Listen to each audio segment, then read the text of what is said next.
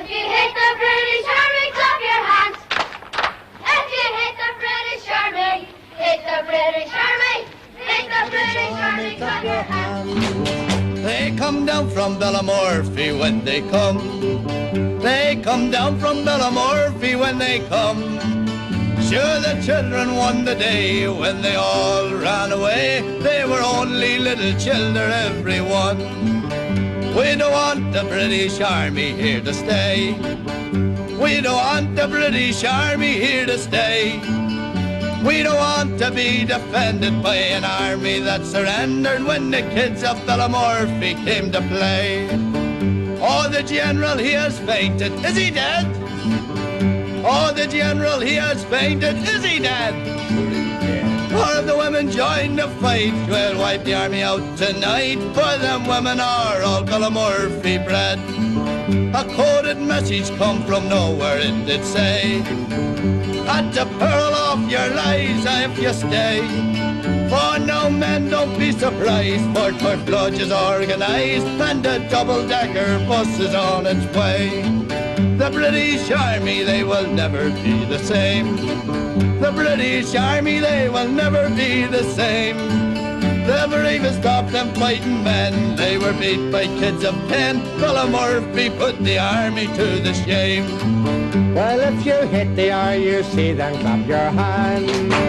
If you hit the RUC, then clap your hands. If you hit the RUC, well, if you hit the RUC, if you hit the RUC, then clap your hands.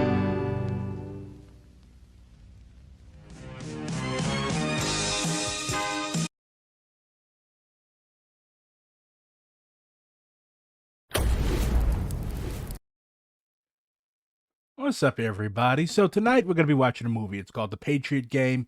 It's about the title of this video.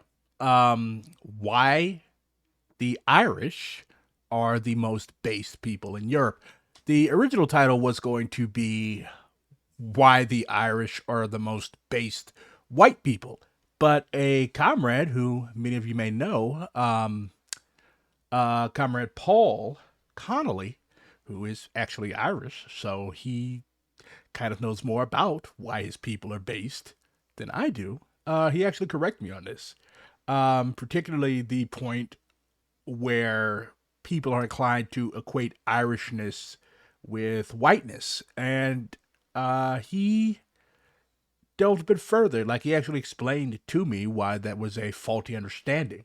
For one, he says that many of Ireland's greatest national icons don't have light skin. People such as Phil Lynott, Paul McGrath, Ruth Negga, etc. They identify as Irish without the need for any adjectives such as African Irish, Black Irish, etc. And point two, which is especially relevant to Irish in the United States, aka Irish Americans, whiteness is a colonial identity. It's the ideology of European colonizers. Some Irish historically embraced this and learned to play by the rules of white supremacy and partook in the settler colonial project in the United States. That's why so many Irish Americans are cops, because they realized that the quickest way to acceptance, and in many cases to immense wealth, was to beat the shit out of black people and indigenous people and other racially oppressed people and take their land and exploit their labor. That's why you have people that are black walking around with names like Shaquille O'Neal or Eddie Murphy, because there were quite a few Irish slave owners.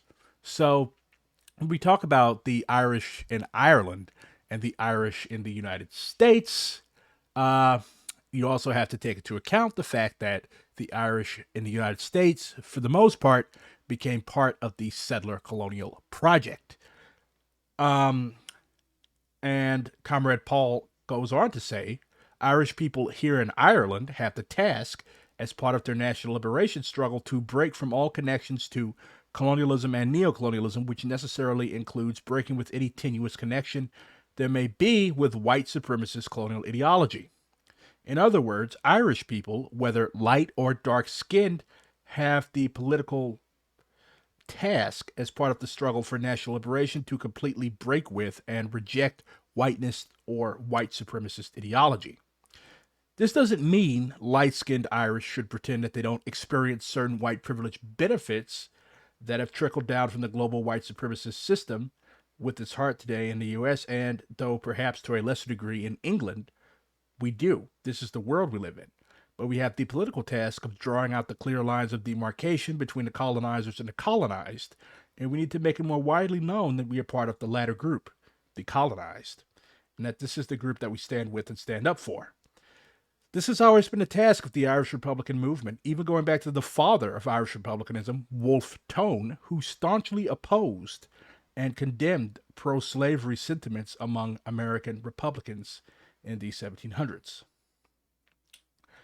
Anyway, he just wanted to offer his thoughts there, as the equation of Irishness to whiteness can be exclusionary. It feeds the beast of reaction, he goes on to say, giving them fuel to say things like Ireland for the Irish, which they use as a dog whistle to mean for whites.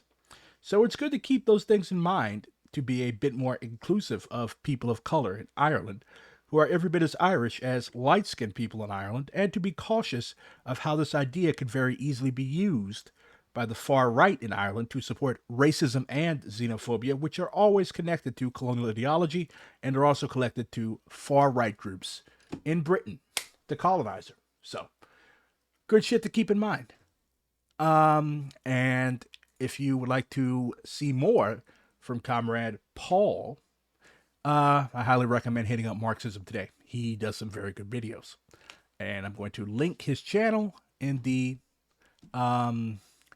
description of this video when I upload it. But yeah, long live Comrade Paul, and I really appreciate his correction.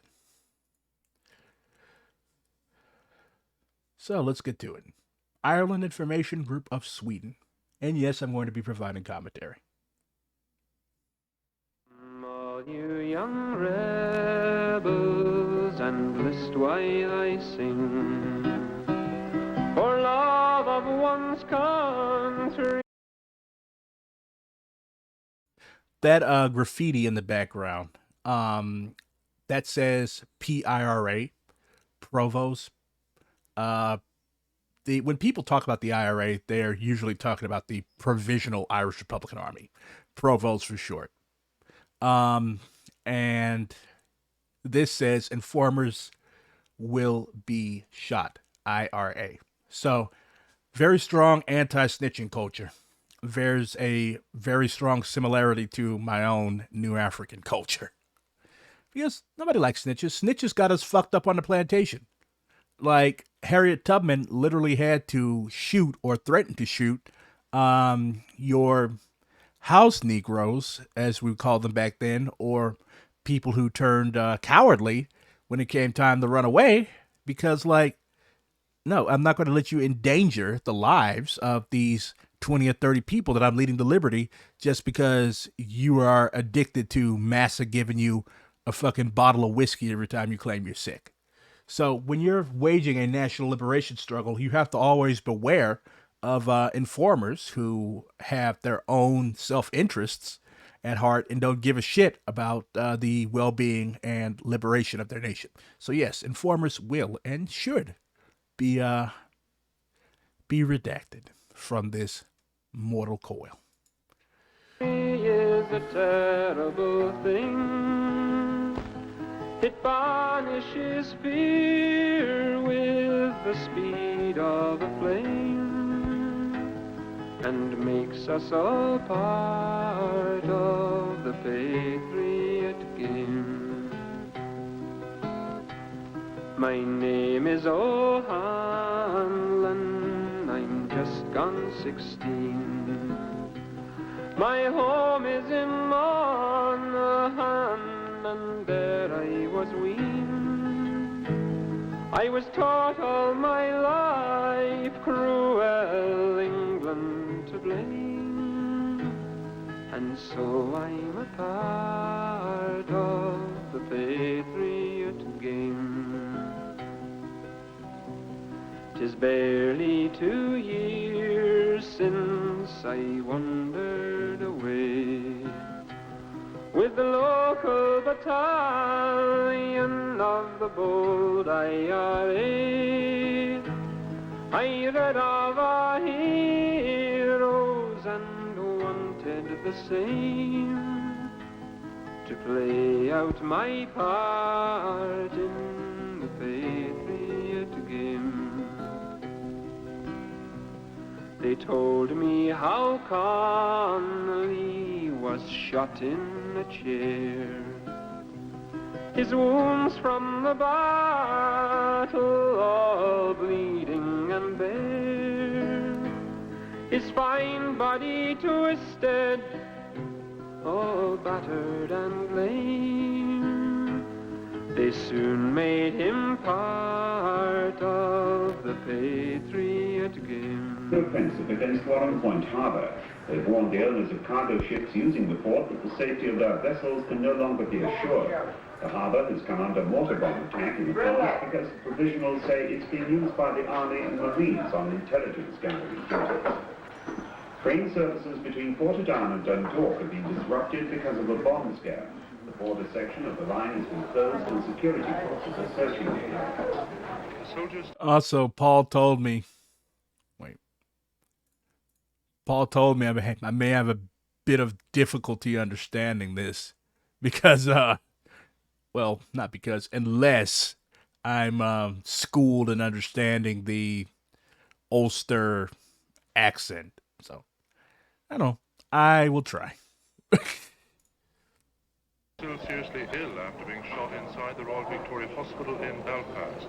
He was hit 3 times when a gunman opened fire on him in a corridor leading from the casualty department to the canteen. And a policeman was also injured when gunmen ambushed an RUC Land Rover on the Springfield Road. Several shots hit the vehicle and the constable was treated in hospital.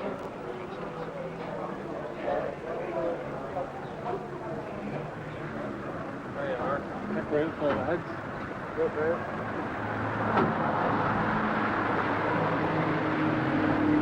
Belfast, the north of Ireland. A summer day like any other.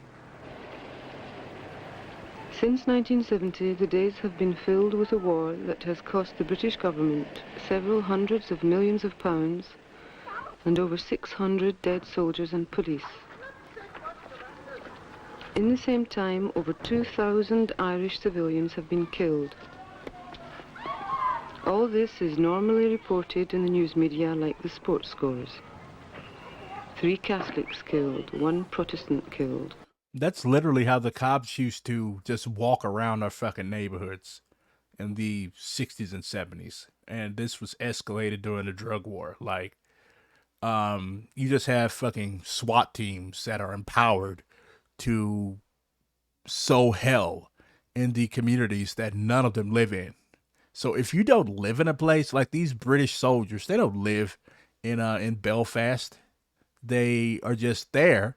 And when you don't live or have any concrete ties to a place, you're going to be all right with the committing atrocities. Like, just like American troops in Afghanistan were all right with committing atrocities against the Afghan people. Like, they were literally just going to a village and drag out all the dudes and just shoot them all in the back of the head because, like, there's not going to be any repercussions. American soldiers never go on trial for war crimes. As a matter of fact, exposing war crimes is what gets you in trouble.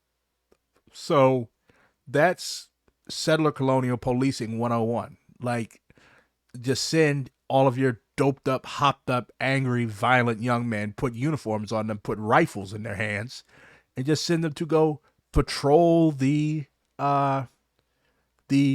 furthest reaches. Well, Ulster is at the furthest reaches of the British Empire.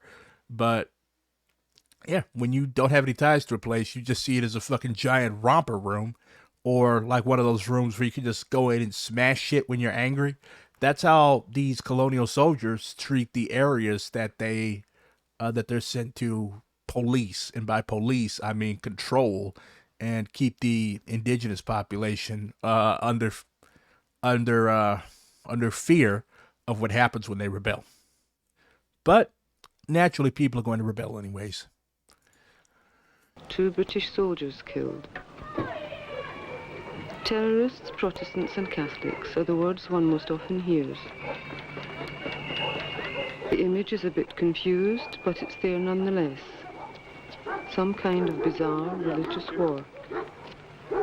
And yet, the two principal forces involved in the fighting, the British Army and the Irish Republican Army, have nothing at all to do with religion.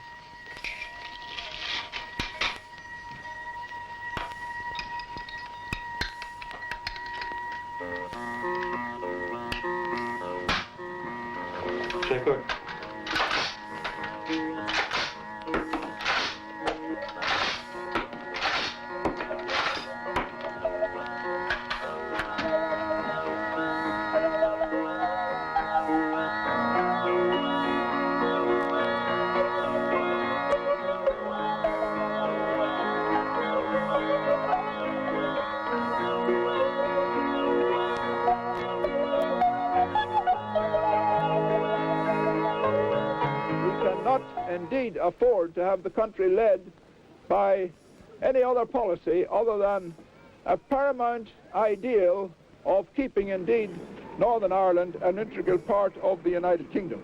Otherwise we perish.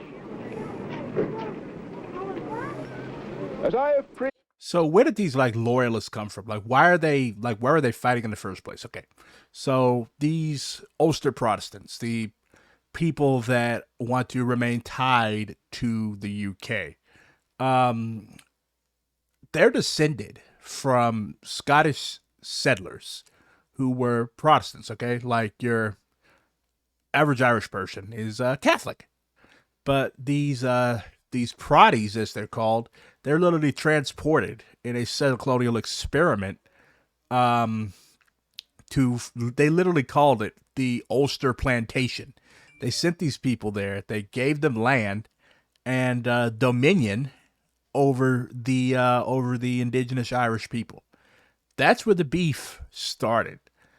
People always characterize it as a religious beef. No, it always goes back, just like almost every other settler colonial spat and centuries-long war. It always goes back over to who controls the land. Like, who controls the land? So England, the United Kingdom, continues to stubbornly hold on to this hunk of Ireland because they used to run all of Ireland, and they stubbornly and stupidly want to remain in this little hunk, Ulster, on the northern part of the island. And the loyalists, the Protestants, not all Protestants are loyalists, but the overwhelming majority are.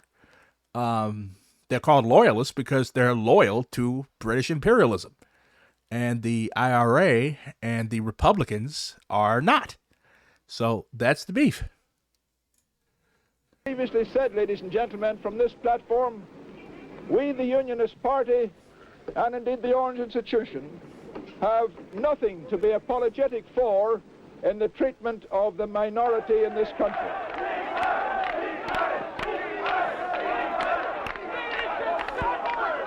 The city of Derry, October 5th, 1968. The beginning of the Civil Rights Movement. The Irish Civil Rights Movement actually borrowed and learned a lot from the American Civil Rights Movement. So you already have some solidarity that's building between black people in the United States who suffered from slavery and the consequences of slavery, and Irish people, Irish Republicans, who want to see their own land liberated and who demand civil rights on their own island. Like, this is their fucking land. And they are denied all sorts of things. The right to vote. They're segregated. They're forced to live in this ghetto. Conditions remarkably similar to what black people face in the United States. So there's natural solidarity there.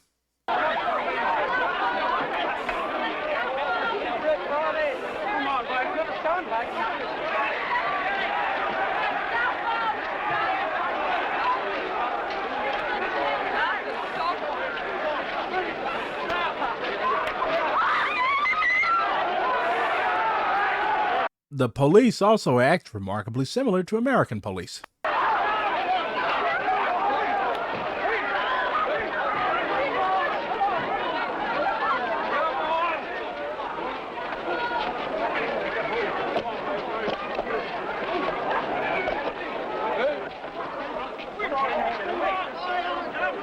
These are images of one of the first civil rights marches in Northern Ireland.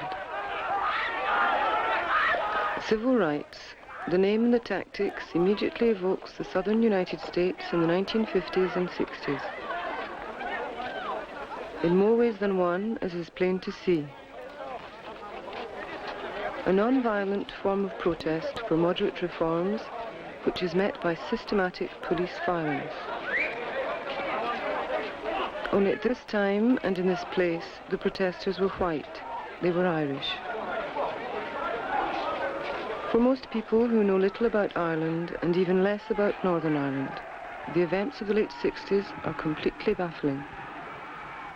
And with good reason, for Northern Ireland is indeed a peculiar state. For over 50 years, one political party, the Unionists, were in power. They had the support of loyalists of all social classes, thanks to a political line that was very simple.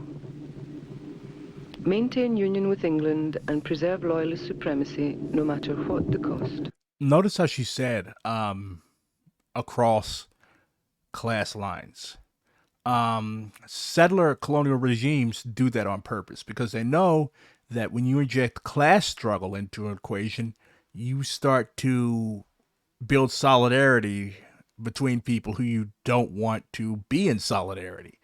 That's why the United States relies so heavily on this canard of whiteness, because they don't want white working class people, Latino working class people, black working class people, and other ethnicities of working class people uniting, because they know that that leads to horrible things like billionaires getting their heads chopped off.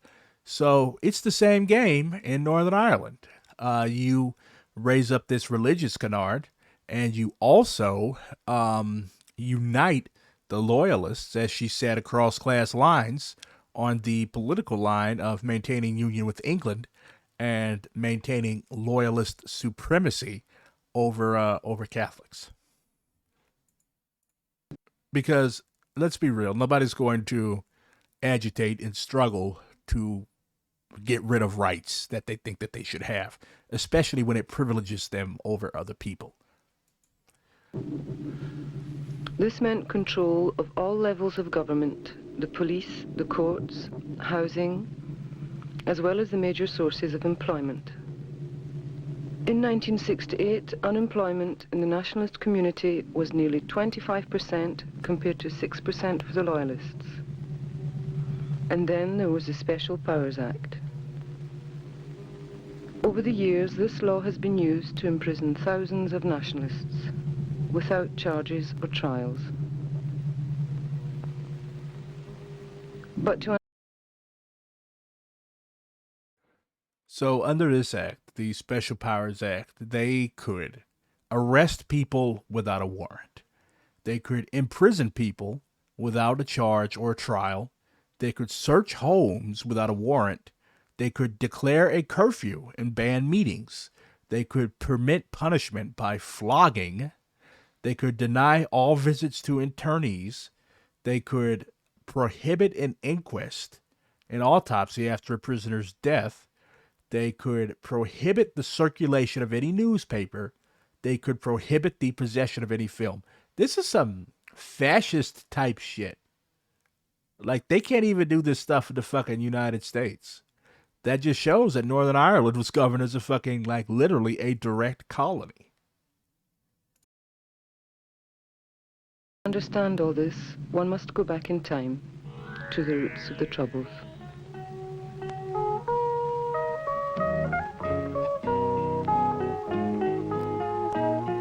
In 1601, English troops led by Lord Mountjoy defeated the last of the Irish chieftains. Ireland, one of the richest agricultural countries in Europe, was in the process of becoming a British colony. In the north of Ireland, where resistance to the conquest had been the strongest, large numbers of Scottish settlers were given land that had been forcibly taken from the natives. The colonizers happened to be Protestant, the displaced Irish happened to be Catholic. That 17th century settlement explains why today in all of Ireland there are 1 million loyalists, loyal to England that is, to 3.5 million Irish nationalists.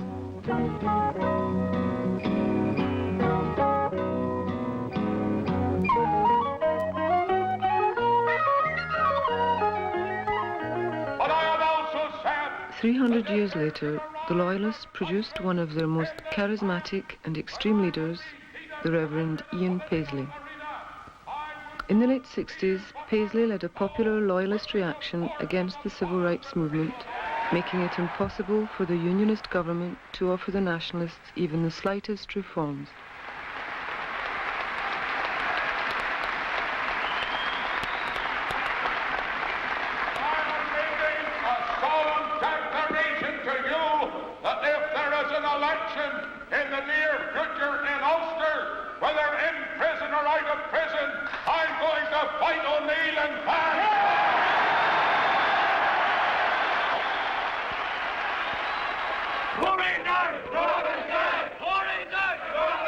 In the face of Paisley's attacks, the Civil Rights Movement tried desperately to overcome traditional sectarian divisions between Loyalists and Nationalists. Here in Uri, 2,500 people are unemployed. The theory was to ignore the national question, the division of Ireland, and instead just call for social reforms that could have benefited many Loyalist workers as well. The movement's most eloquent leader was a young student, Bernadette Devlin.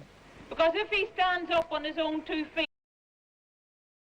Story about Bernadette Devlin. She actually came to the United States, and she compared Irish Americans to the Orangemen, the reactionary fascist groups that were going around beating up Republicans and doing all other sorts of horrible things. Basically, the Ulster version of the Ku Klux Klan.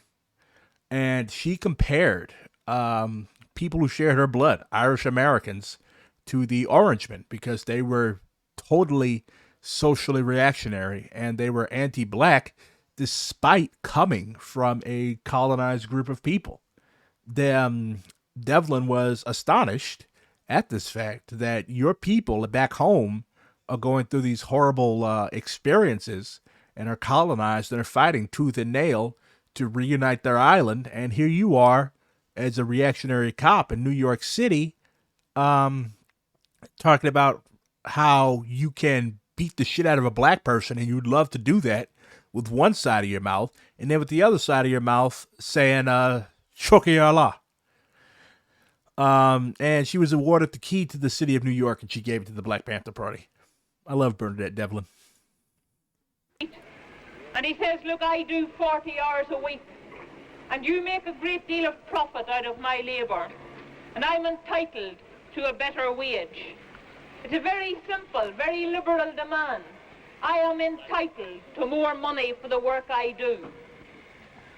Yet that person, if he makes such a demand, can be fired immediately because there are 2,500 people wanting that one job. The Civil Rights Movement was not the first effort to unite the two communities in Ireland. In the 1790s, the United Irishmen movement, led by Protestant revolutionaries such as Henry Joy McCracken, organised a major rebellion. The movement, which objected to trade restrictions imposed by England, was strongly influenced by the American and French revolutions and aimed to establish an independent Irish republic.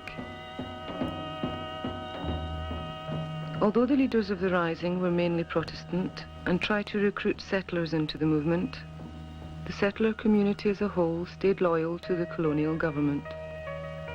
And loyal it has remained throughout every single rebellion in Irish history. In the 1798 rebellion, 30,000 nationalists were killed and over 10,000 loyalists died fighting for the English.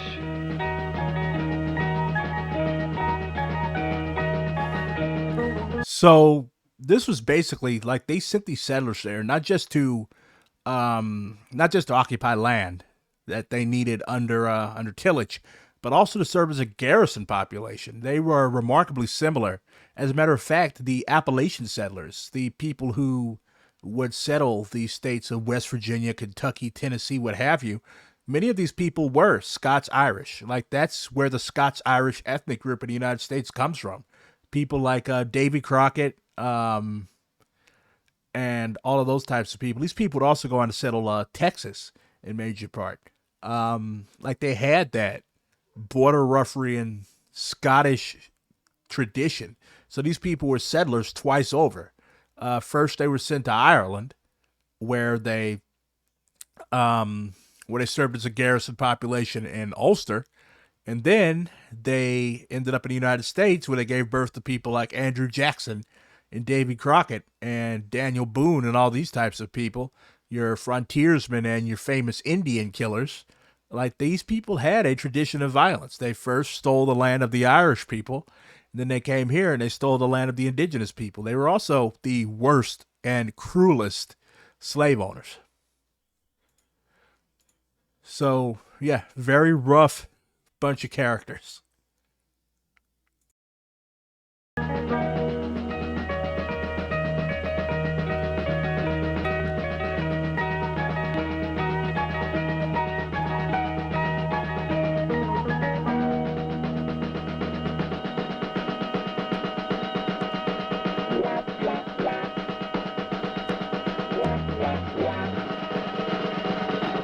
I would lay a pound to a penny that Ennis, like any other town, has its slum landlord.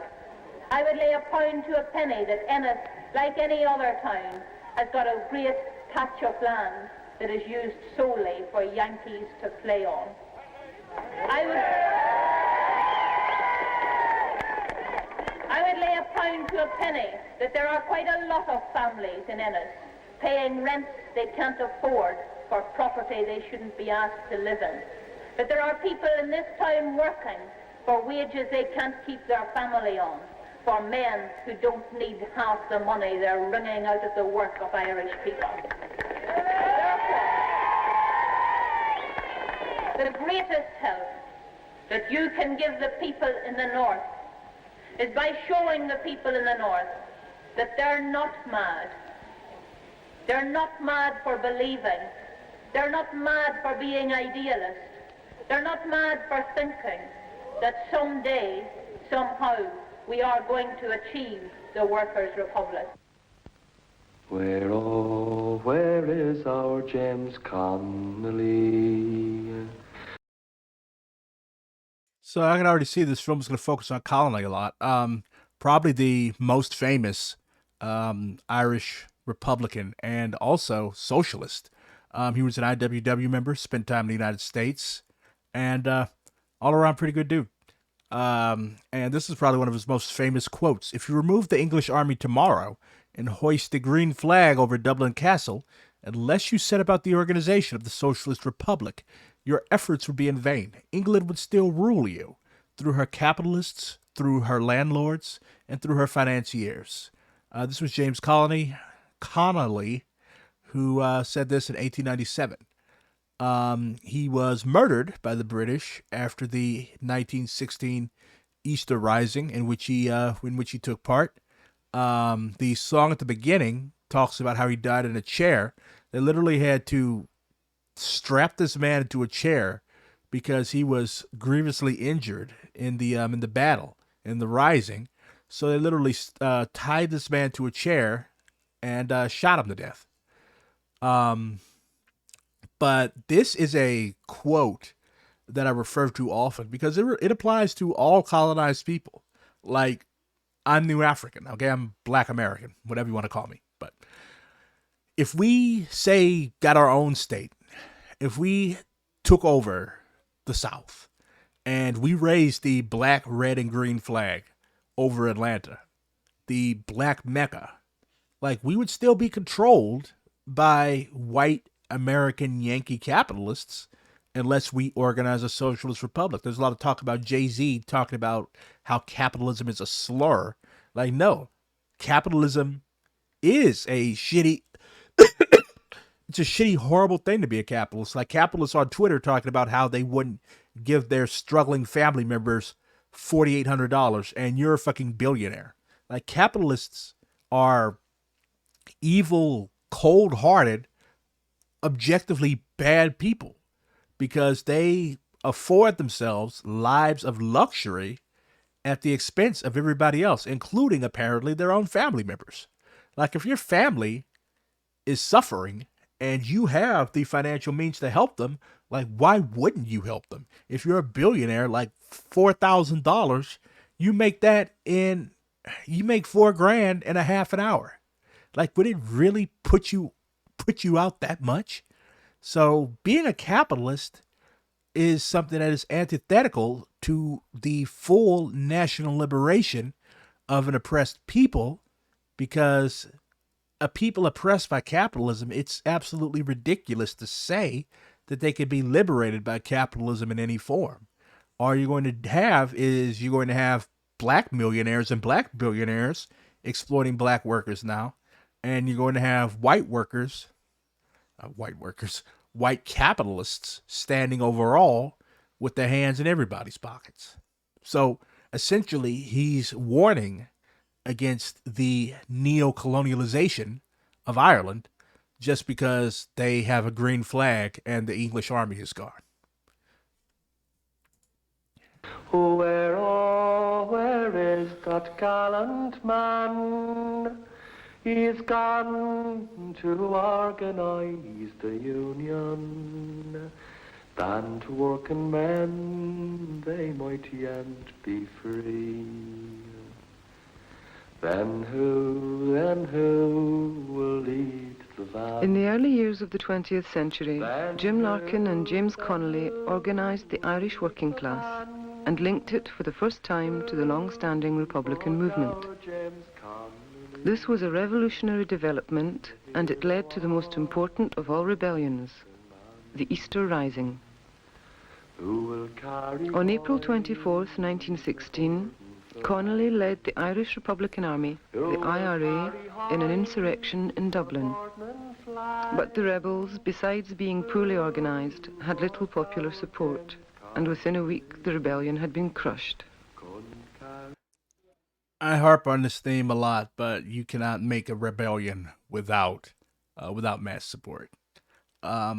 Bravery and martyrdom are all well and good, but winning is even better. And then the British government blundered. 16 rebel leaders, including Connolly, were executed, and thousands of nationalists were interned in prison camps in England. Almost overnight, the Irish people began to give their active support to the IRA. Was better to die 'neath an Irish sky than at Suvla or Sudel Bar.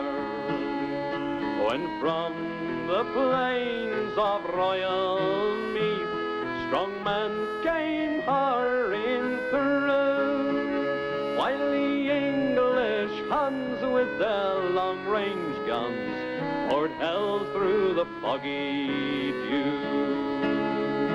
'Twas England bade our wild geese go, that small nations might be free. But their lonely graves are by Sulva's waves, o'er the fringe of the great North Sea. Oh, had they died by Pierce's side, or had fought with the noble Cattlebrew, their names we'd keep where the Fenians sleep, 'neath the shroud or the foggy dew.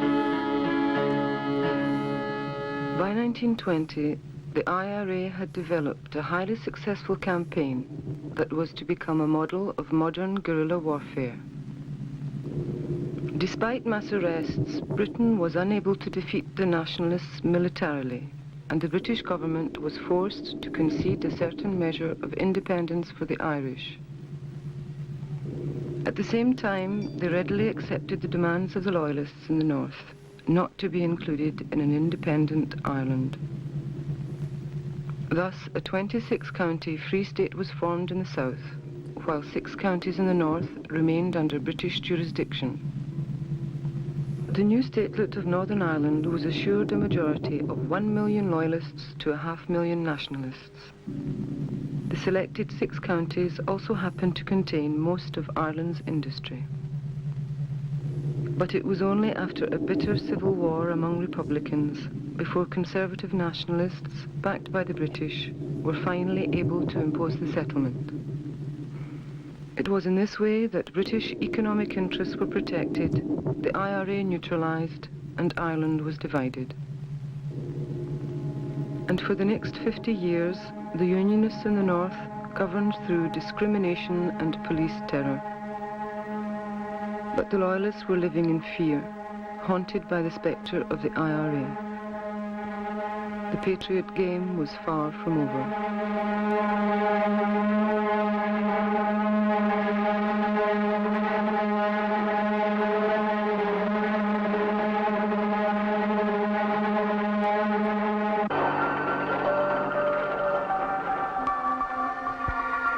Derry City,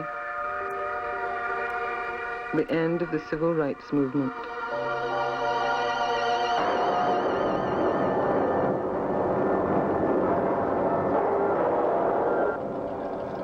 Beginning on August 12, 1969, the paramilitary Loyalist police force attacked the nationalist ghettos in Derry and Belfast. It was reaction in its purest form. A violent effort to return to a time before the civil rights movement had existed, when nationalists had been passive and demoralized. In Derry, barricades and Molotov cocktails stopped the police. But in Belfast, the ghettos are smaller and more isolated, and there the police were not stopped. 500 homes in nationalist districts were burnt down, 9 people killed, and over 1,800 families fled south. In the Belfast area has been in the Catholic area, the Catholic community which has suffered most physical damage here. Well, this may well be. I'm not in a position to say yet, because quite frankly it hasn't been feasible for many people to go into those areas, as you know, and it will obviously take a very long time to make a count and assessment of all the dreadful things that have happened. Rows of red brick houses, soulless, charred and burned, stand face to face and back to back. There's no lace curtains now. An echo from the distant past, impervious to pain, cement and bricks and human skill will raise them up again. From my flat above the streets I stare, I curse my newfound home. No human skill will raise my love to bloom into a man. Shot by cowards in his bed at the tender age of 9, cry murder, my child Patrick's dead in Belfast 69. I understand today that they're bringing down their barricades in order that the authority might clean their streets for them, having littered and turned the bog side into a filthy place. Then they expect the municipal authority or the commission authority to do the cleaning up for them. Now, This dude is like the fucking Strom Thurmond of Ulster. Like just a loud blowhard. Like he reminds me of a mix between Strom Thurmond and Trump. Like just an ignorant, thoroughly disreputable, outright asshole. Like that's how all of these orange politicians act. Like there's no redeeming factor to these people at all. Their sole purpose in existing is to maintain the old order and stir up hatred against people whose land they're literally squatting on. I want to say something this afternoon and underline it. And as far as I am concerned, the Protestant people have had enough of this condoning of popery and this sell out to Rome.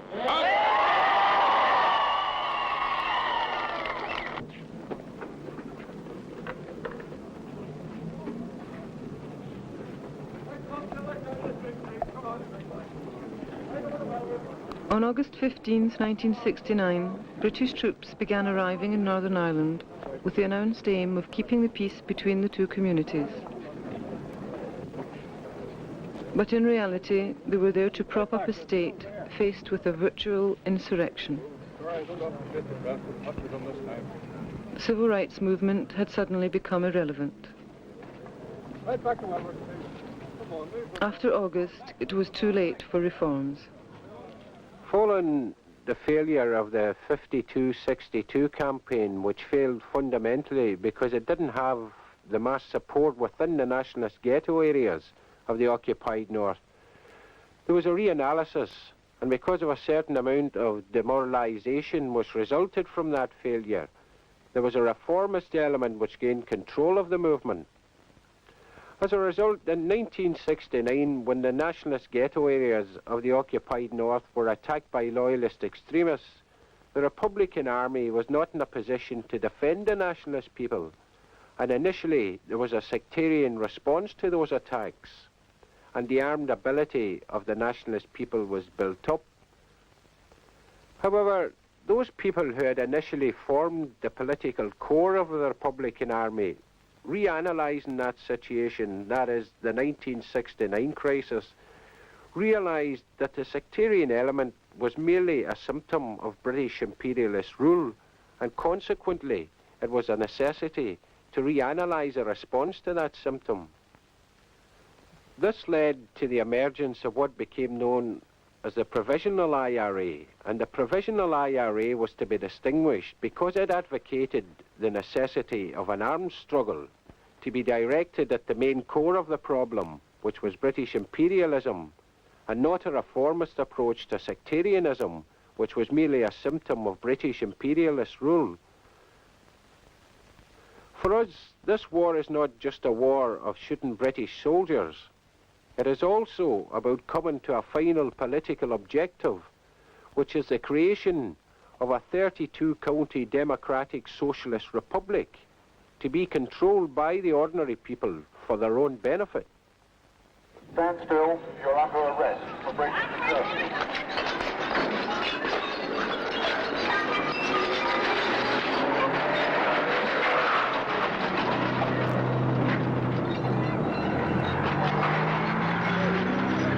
As I speak to you, the security forces are very fully engaged in the task of dealing effectively with the lawbreakers in our community. The army is holding an area of the lower falls under strict control of movement for the rest of this weekend, subject only to such relaxations as are necessary to prevent actual hardship and to allow people tomorrow to fulfill their religious obligations. Details of these controls and of the areas to which they apply have already been announced. We all regret, of course, the inconvenience caused to decent, law-abiding people in this area who constitute the great majority, but we are determined to rid them and Northern Ireland as a whole of the terrorists in their midst. In the middle of 1970, when following a sectarian attack on one of the nationalist ghetto areas in Belfast, the Short Strand area, the Provisionals were in a position to successfully defend that particular ghetto, where the nationalist people were outnumbered something like 10-1. The following week, which was July 1970, in a direct response to the ability of the Republican Army to defend the nationalist ghetto areas, the British Army occupied one major nationalist ghetto area, the Lower Falls. But from the Provisionals' point of view, this was further vindication of why armed struggle was necessary, because this was the first physical manifestation of British imperialism since the 1920s. And for the first time, the people could relate to the Provisionals' claims that sectarianism was in fact just a symptom and that the main enemy was British imperialism itself. And here was something with which they could identify.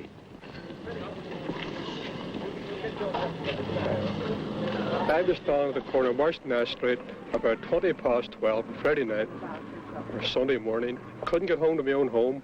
It was only around the corner of Murdoch Street. Seen a man getting shot down, shot through the head by the Scotch troops at the corner of Connolly Road. And the ambulance was about 20 minutes coming, and I had trouble getting out with the man. I think the man has since died. Going to chapel this morning, we were searched, 4 guards, and they weren't even going to let us out to go to chapel this morning. It was like hell opening for sinners. It was shocking. It was worse than the Battle of Mons. They're going into the houses and wrecking the houses and all. And if you seen that man's house, you could cry your eyes out looking at it. Friday night at 5:45, my wife took bad. She badly hit with tear gas. She was taken to Royal Victoria Hospital very ill, along with, she was expecting a baby. Baby was born at 3:15 the next morning. Baby still very ill, along with the wife. I was taken at gunpoint from my house. Yes, I was taken at gunpoint over to Royal Victoria Hospital. Taken into Royal Victoria Hospital to see my wife, and they were standing there with their guns on me at the corner. At the very bed where my wife was lying, and they had their guns on me. They marched me like a trooper down the street again. They got me to the bottom of the street and stood me up against the wall and searched me. Made me lie on my face. Then they took me around to the house. When I come round to the house again, they wrecked my home.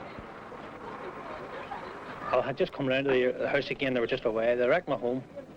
Dogs that I had for our people, they set them free. Baby's clothes, the meter, beds, they tore them apart. The food, they spread it all over the place, searching for it. They went upstairs, bunk beds, took them down. They took the wife's bed down, wardrobes, took all that down. They broke the windows in the back. They're animals, nothing but short, just animals. The Scotch men were walking down the street and they're walking by the... I'm back. I had to go get junk food. Got the wee van outside the door, couldn't do enough interpretation. They broke every window in the van. They said this'll stop bullets. Then they kept boasting, we'll fix the AIA, we fix the AIA. 4,500 of them, armed with tanks, machine guns, the lot, Saracen cars. They fixed the AIA. 20 or 30 brave men with guns who they tried to murder, which they have murdered, and which they'll continue to murder. That's the British Army. Professionals, professional looters, professional robbers, professional thieves.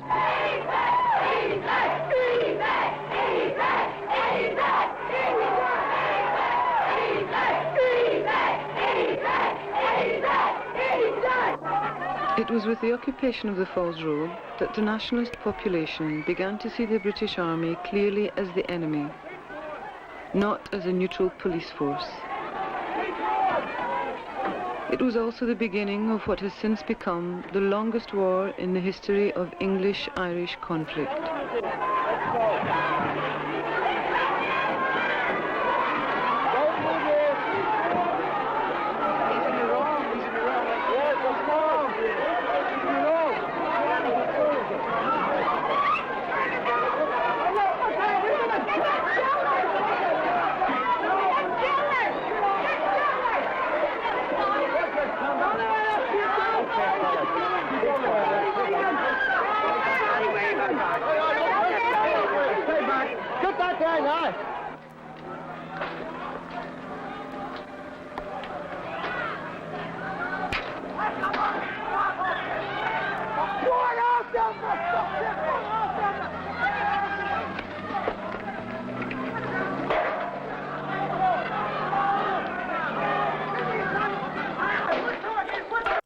They're literally chasing the pigs off.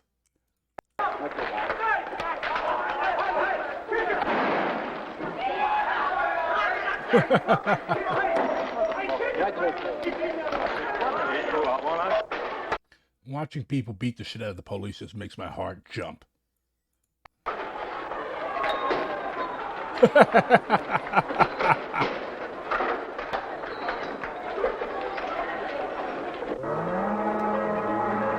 Shortly after the Falls Road occupation, guerrilla war started. but it was a new kind of war. The IRA did not just ambush British soldiers, they also launched a bombing campaign against British economic interests. These actions have on occasion led to terrible tragedies, as with the Le Mans restaurant bombing of February 1978, in which 14 people were killed. Nonetheless, civilian casualties as a result of the Provisional's guerrilla war have been relatively low, for their bombings are in fact systematically preceded by warnings.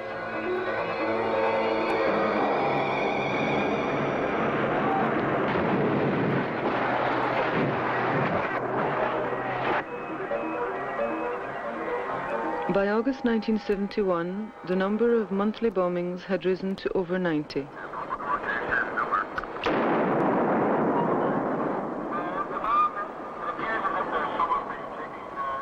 The British government, which directly reimburses businesses for all war damage that they suffer, was beginning to pay a very high price for its Northern Irish colony. This single bombing of a Belfast hotel caused no deaths or injuries, but it did cause more than £2 million damage. Against this guerrilla campaign, the British government hit back with a measure that had always worked well in the past, the Special Powers Act. They burst in the door about 20 minutes to 5. They didn't wait till we would get up and answer the door. They were in the bedroom before we were dressed. They told my husband, "You're getting arrested under the Special Powers Act." It is with understandable reluctance that one uses these exceptional powers. This is not action taken against any responsible and law-abiding section of the community, nor is it in any way punitive or indiscriminate.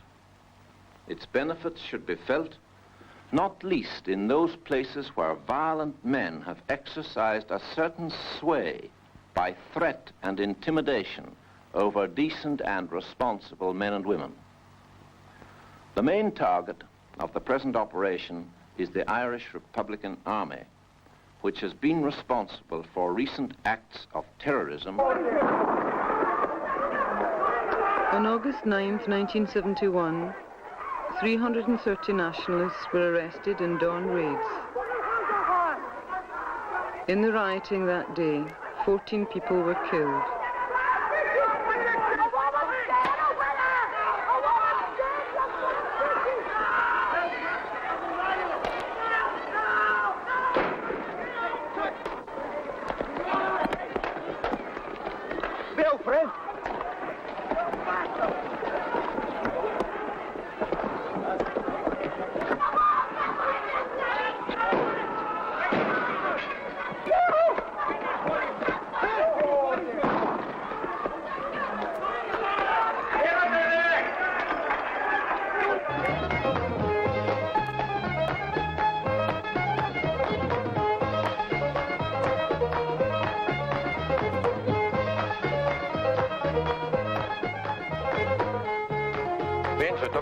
Interment has given the ordinary soldier like myself a chance to get to grips with the gunmen, because our main problem isn't the local population, it's just the IRA gunmen that we are interested in.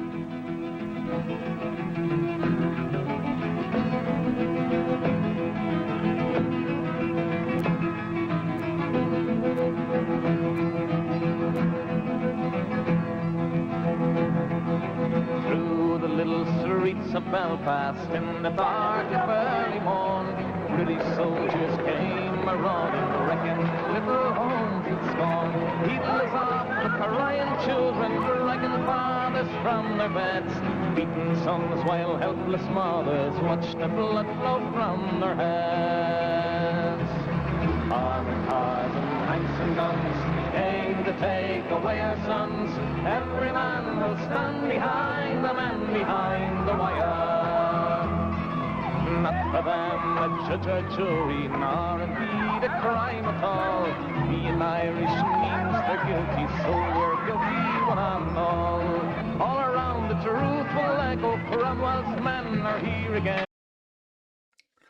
It's important, like, watching this stuff. Like, this was in, Ireland was still a colony. Well, Northern Ireland was still maintained and run as a colony. But, like, this was a developed part of the empire. So we can expect like shit like this when she gets real in the United States. Like, we're going to see some type of Special Powers Act. I mean, we already have the Patriot Act, Homeland Security, all that shit. But like, you're gonna have like cops and troops busting into black people's houses, indigenous people's houses on the reservations, Latino people's houses, and deporting and interning them, because like this is standard. Like, this is what imperialist countries do when they feel threatened. And they always like try to draw a distinction between the masses of people. Like, oh, we're only here to deal with bad elements, the IRA gunmen or the black identity extremists or people like that.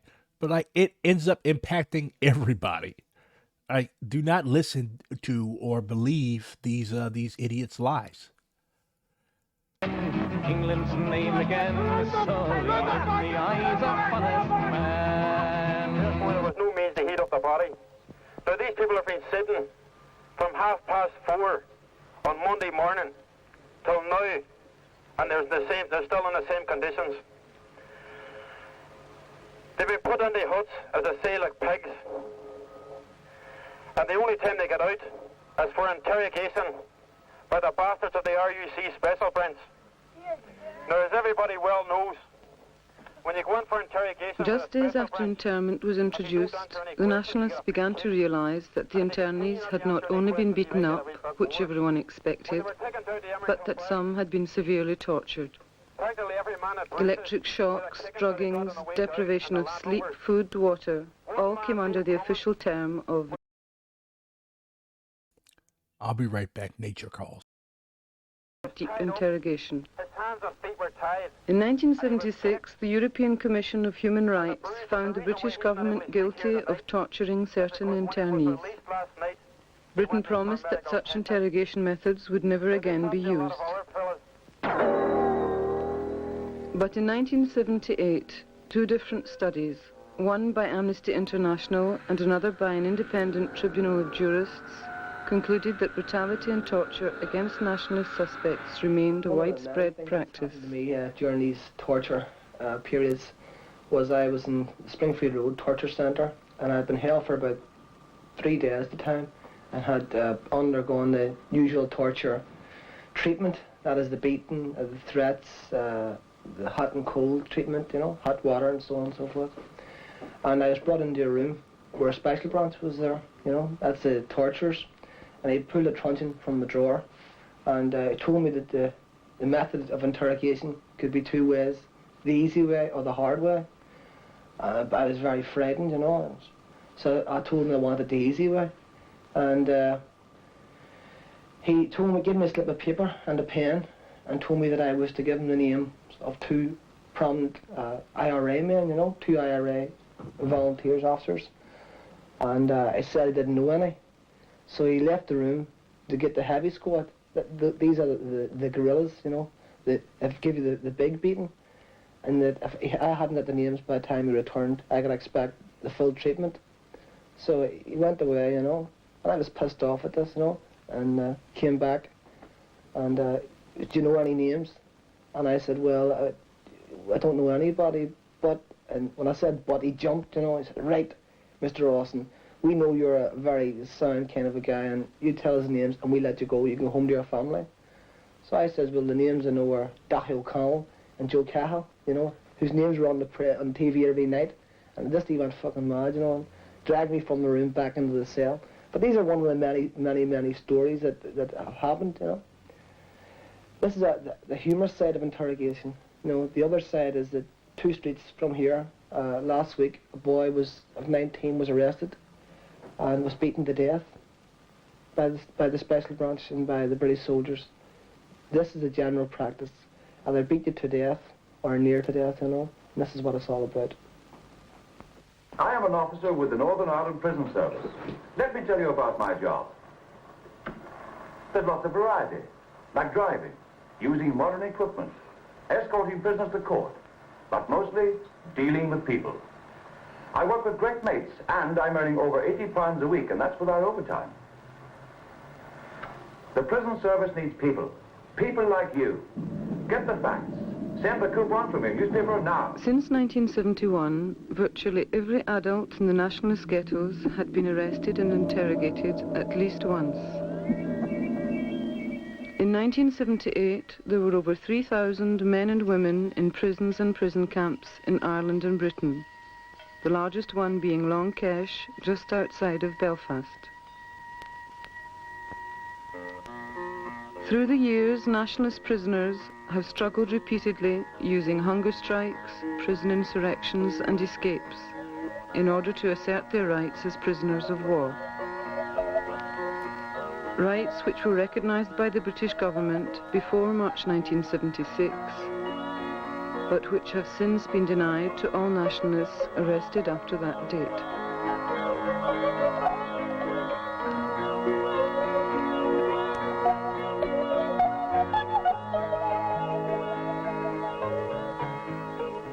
So when internment was introduced in 1971, there was a spontaneous reaction by the nationalist people to this particular repressive measure, which allowed the Republican Army to re-accelerate its war, and the main emphasis within that war was an economic bombing strategy. And the whole emphasis of the armed struggle was a destabilization program to prevent politics, as it had manifested itself within the occupied North, from stabilizing itself and consolidating some sort of base for itself. And that because most of the political parties were already backed by commercial interests, the best way of obtaining that destabilization was with an economic bombing strategy.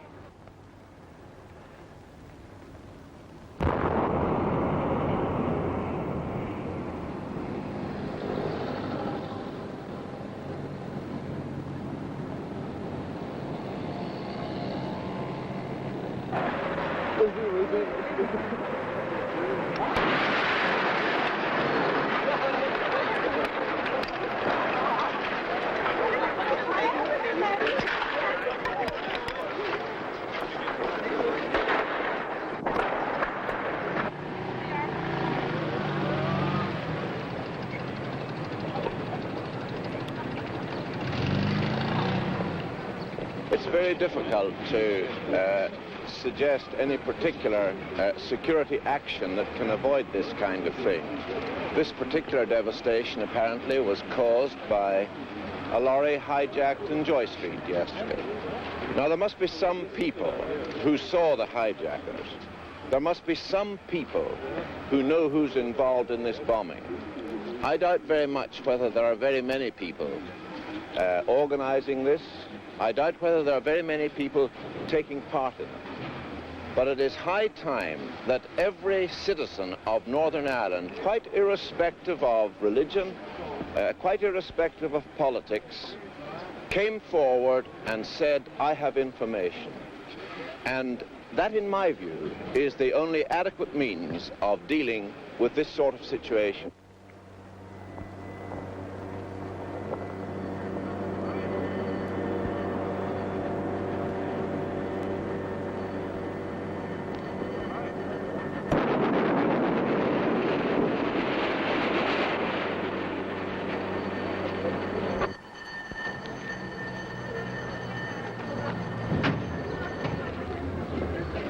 How about the SDLP? How do you feel about them?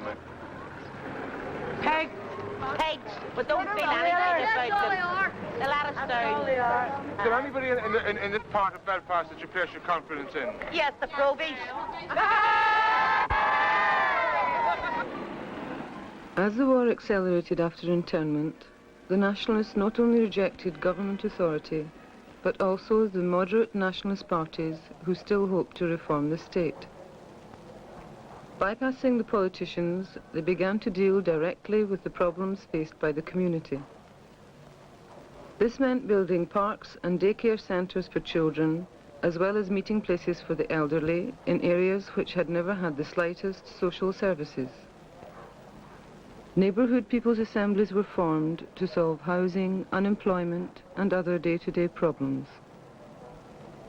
All this activity culminated with the formation of entire self-governing areas that became known as Free Derry and Free Belfast. The large nationalist community in Derry refused to pay rents and taxes to the Unionist government, and the police and army were kept out of the area by barricades openly manned by the IRA. In effect, Derry had seceded from Northern Ireland.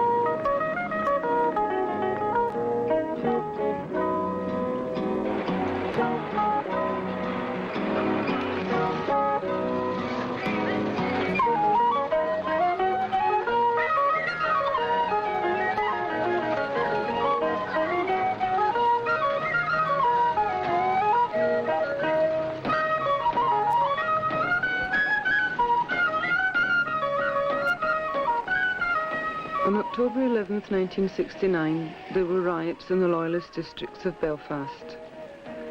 So the city government took the public buses off the road. 3 days later, they were rolling again in Loyalist areas. But it was 3 months before bus service was restored to the nationalist ghettos. Forced back upon their own resources, some enterprising local people went over to England and began bringing back second-hand taxis. This was the beginning of the Falls Taxi Association, the People's Taxis. Mary! Mary! Well, only for the taxis, I don't think any of us would have went to work because there's no buses on the road. Turf Lodge buses off the road, the White Rock Road buses off the road, and it's about 2 miles to walk down to the White Rock Road. So you'd be late for work, so we wouldn't be in. Tell you this, right? Got the taxis too, and when the troubles along, yeah, they got them too, because yeah, that's right. There's any trouble even on the phone, so they can always get a taxi up too.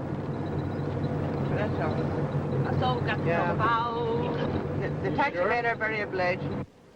We could point out that the Falls Taxi Association is now among the biggest self-help organisation in the north of Ireland.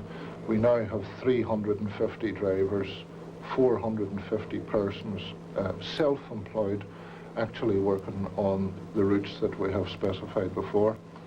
The media treat us very unkindly with the fact that in Newry, for instance, the second highest unemployed town in the north of Ireland, where the Minister of Commerce got 7 minutes on the national news and in the national press to the effect that he had created 15 jobs. And he stated that it cost £17,000 to create a job for one person in Northern Ireland.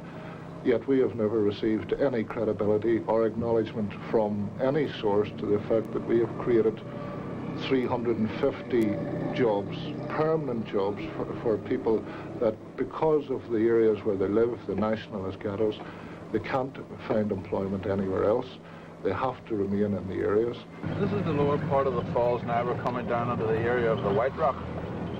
This is the general route when you're coming down into the centre of the town, so it is, you know. And as I say, we come down to this bottom of this road, like, it's quite a heavy bit of traffic on it, you know.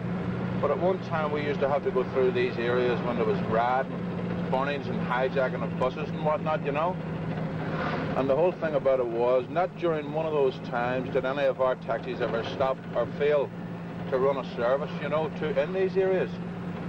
And this is why the public has showed consent to use the taxis, because their point of view was that we have got them to work, we're dependable, we're a far more efficient service and quicker, and we're cheap, and this is why they depend on us, so they do at the moment. You're now approaching the junction of the White Rock, which at one time was a tremendous for rioting and hijacked buses at that time during confrontations with the security forces. One example, during internment day, there was quite a few people shot up around this area, and still, even then, the taxi still ran, you know. This is the Lower Falls end of it, where most of the rioting and burning had taken place. And as I say, during those times, while the taxis was travelling through it, the rioters were courteous enough to stop throwing for that few seconds until that was through, so that they got the safety of their own people back home, you know. Coming up to a place now called Divis Flats. And this is where a lot of the RUC had turned their guns on innocent people at that time, so they did, you know. But as I say, the taxis didn't bother. They just kept on running in and out the side streets. They took variation routes as long as they got the people home. They went over barricades and everything, so they did, you know. And this was the whole point. The taxis never did stop running. And I think this was a thorn in the side of the security forces. Harassment of the taxis, it's a general thing. If you look behind us now, this is a normal procedure where they throw up roadblocks, stop motorists, especially taxis, and take the driving license off the driver and make them sit for anything up to 30 minutes, search the vehicle, make the passengers stand on the side of the road. Sometimes they attempt to arrest the drivers for unknown reasons. Most of the drivers are well known on the road. They're on it 7 days a week.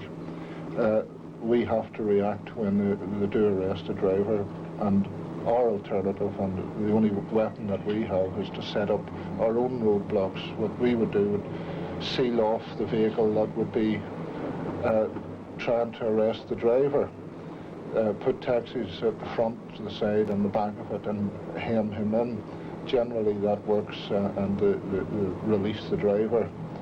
If they do arrest a driver and take him away, what we normally do then would be block off the main arteries into the city. When we do this, we can close the entire city within a matter of minutes. You only need to close off 3 roads, and that brings the complete standstill to the entire city centre. Generally, this serves the purpose, and the driver is released after a short period.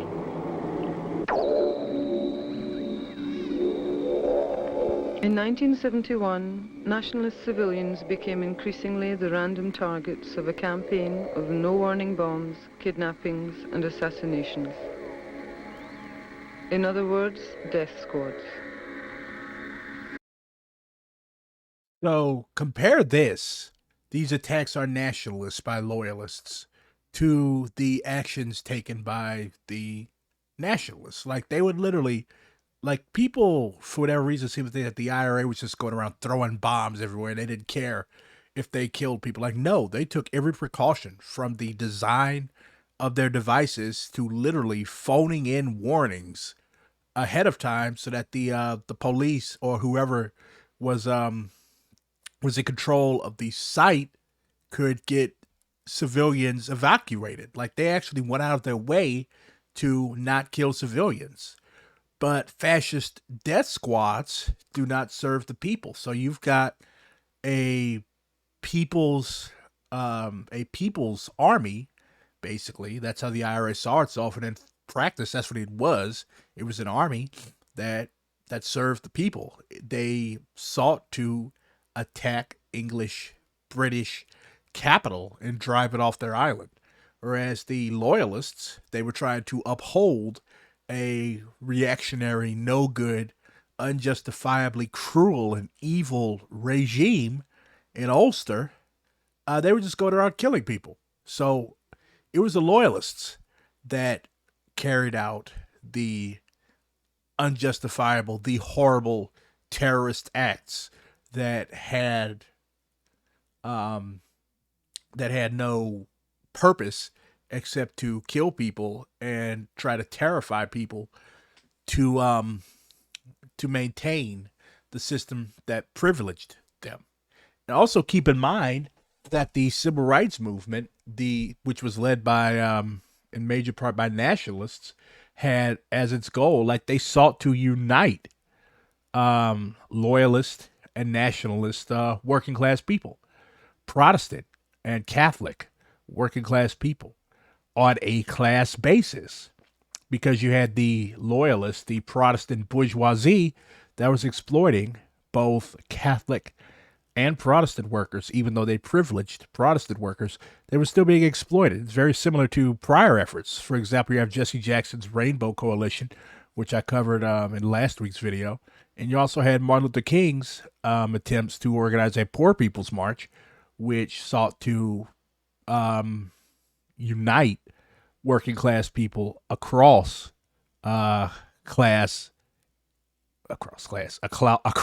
racial and ethnic lines. You also had Fred Hampton's Rainbow Coalition, the original Rainbow Coalition.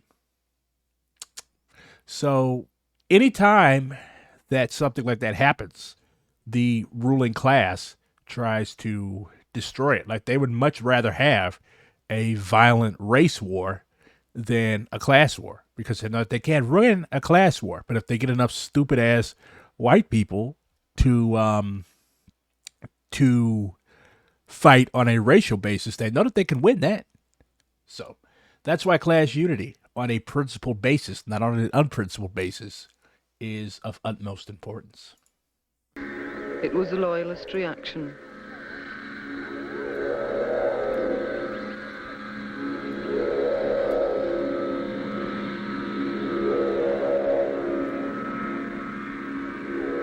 But the British Army paid scant attention to the loyalist paramilitaries.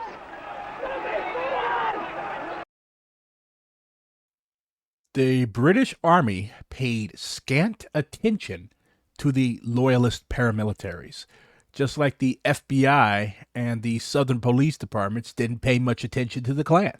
The people that are actually engaging in terrorist violence, that are actually setting off bombs with no warning to kill innocent civilians just because of their political leanings or because of their family's political leanings. The British Army, which has as its supposed mission the maintenance of order. Of course, everybody, even the loyalists, know that that's bullshit. They know that the British Army is there to back them up against the nationalists. But it's just crazy, like, how hypocritical these people are. You claim that you're here to maintain order, and you fail to go after the people that are actually murdering civilians without conscience. Their major concern was in dealing with the new wave of mass demonstrations by nationalists protesting against internment. The streets of Northern Ireland soon became a real-life laboratory for the Army's experiments in controlling an insurgent population. And the nationalists were the human guinea pigs. One of the techniques was the use of so-called harmless weapons, including the not-so-harmless CS gas, which was first widely used in Vietnam. CS gas is in fact lethal and can cause permanent damage to the lungs, stomach and eyes.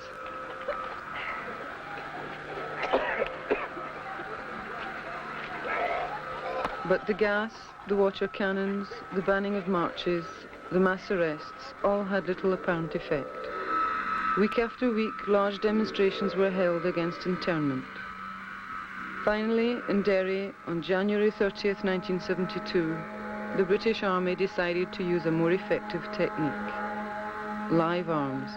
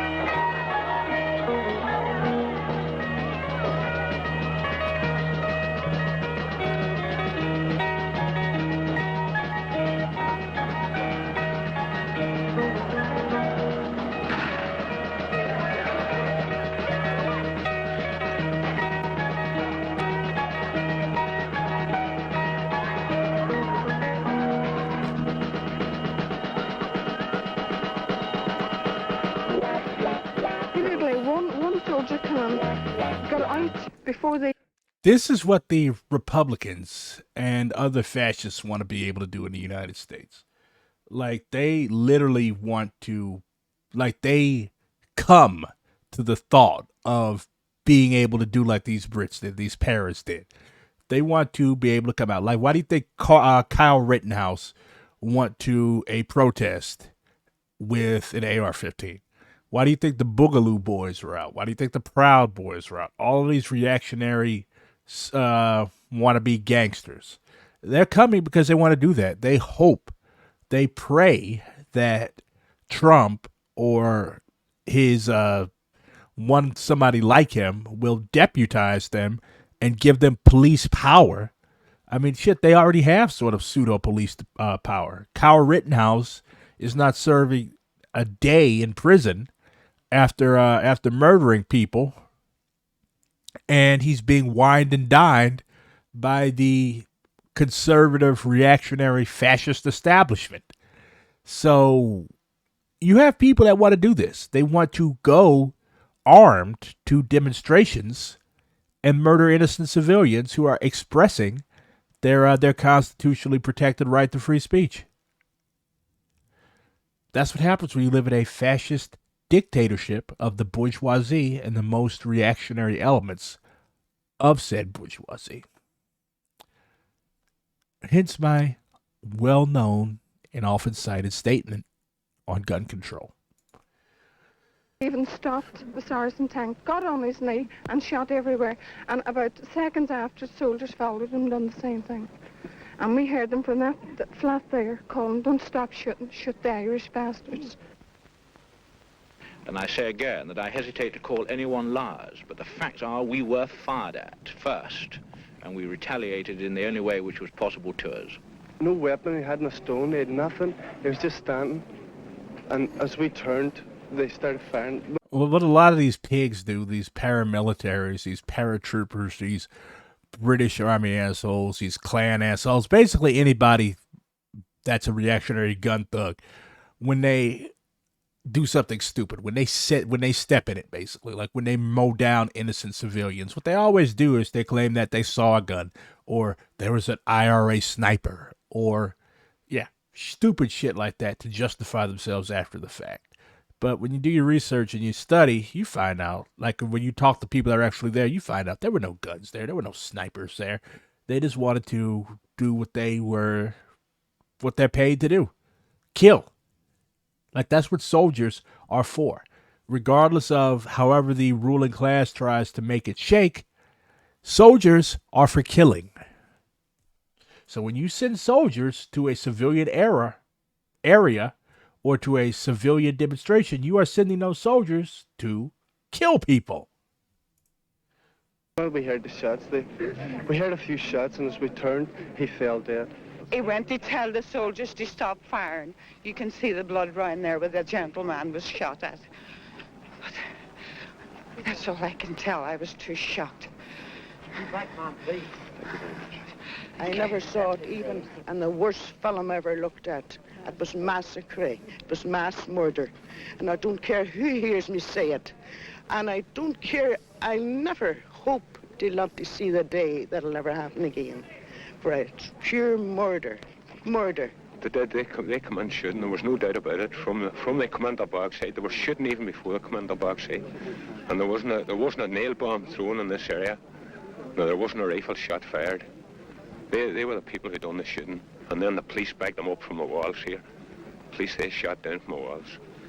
That's what caused that fellow's death there. He tried to help two other lads, and they were shot down just like a bloody dog, just like animals we were shot at. And I have no doubt, that this has been planned.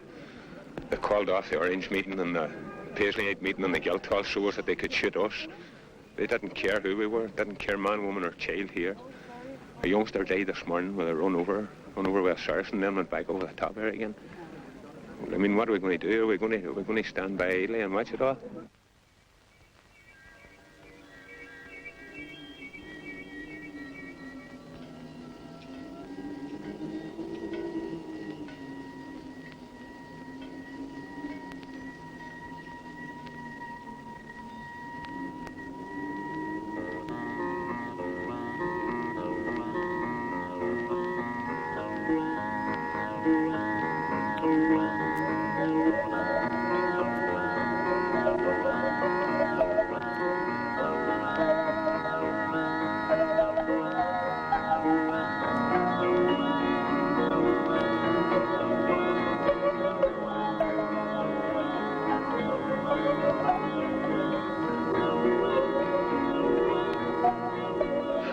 Bloody Sunday, there was a tremendous upsurge of nationalist feeling throughout Ireland. Large demonstrations were held north and south, and in Dublin, a 30,000-strong crowd burnt down the British embassy. Well, that really backfired on them, didn't it? A 30,000-strong crowd burned down your embassy after you murder innocent people who were not doing anything besides protesting. That just shows that the more reactionaries come at you, come at the people, the deeper the people's rage is going to be, and you're eventually going to fuck yourself. That's what's going to happen. Repression never works. For the first time, the nationalist resistance had assumed threatening proportions in the south, where Britain still had important economic interests. The British government had little choice but to make major concessions. On March 24th, 1972, the Unionist government was suspended by London, and Britain promised to release the internees. That Easter, as the nationalists in Derry held their annual commemoration of the 1916 Rising, the resistance movement was apparently in its strongest position since the start of the war. Of their destiny.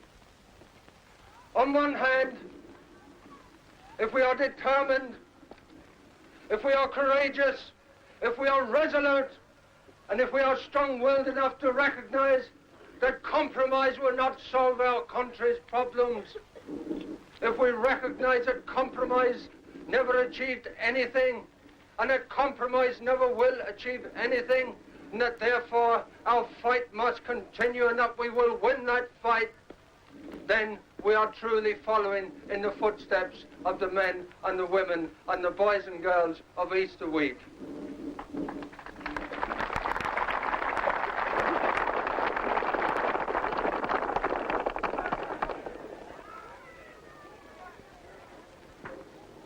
Suspending operations at Christmas and at Easter, and in implementing a 3-day unilateral truce on March 10th, 11th and 12th last. In addition, we have held wide-ranging talks with various groups and parties with a view to holding an all-Irish conference. Would you first yes, please? Isn't it politically very difficult, if not impossible, for Mr. Whitelaw to do as you suggest, in view of the high emotion that's been engendered amongst Protestants, particularly with the forthcoming weekend?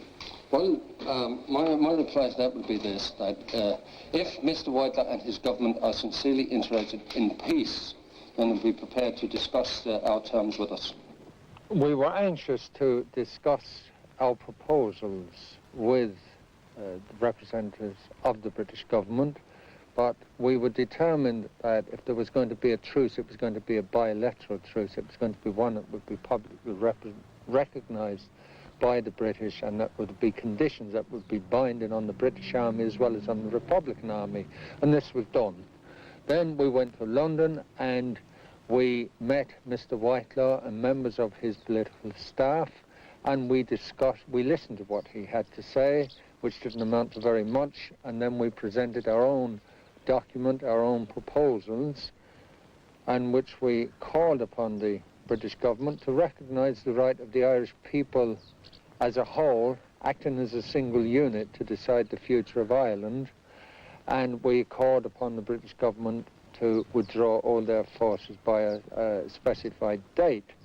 Mr. Whitelaw didn't turn down our proposals. He said he would refer them back to his cabinet, and this is what I believe brought about the ending of the truce. That Mr. Whitelaw went back to Ted Heath, who was Prime Minister at the time, showed him our document, our proposals.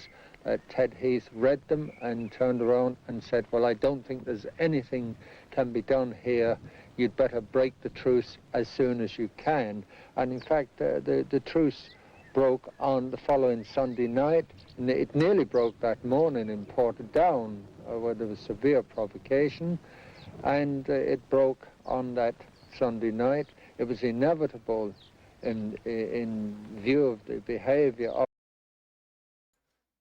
The Peruvian communists had a saying, you only negotiate what you win on the battlefield. Basically, you negotiate on the battlefield.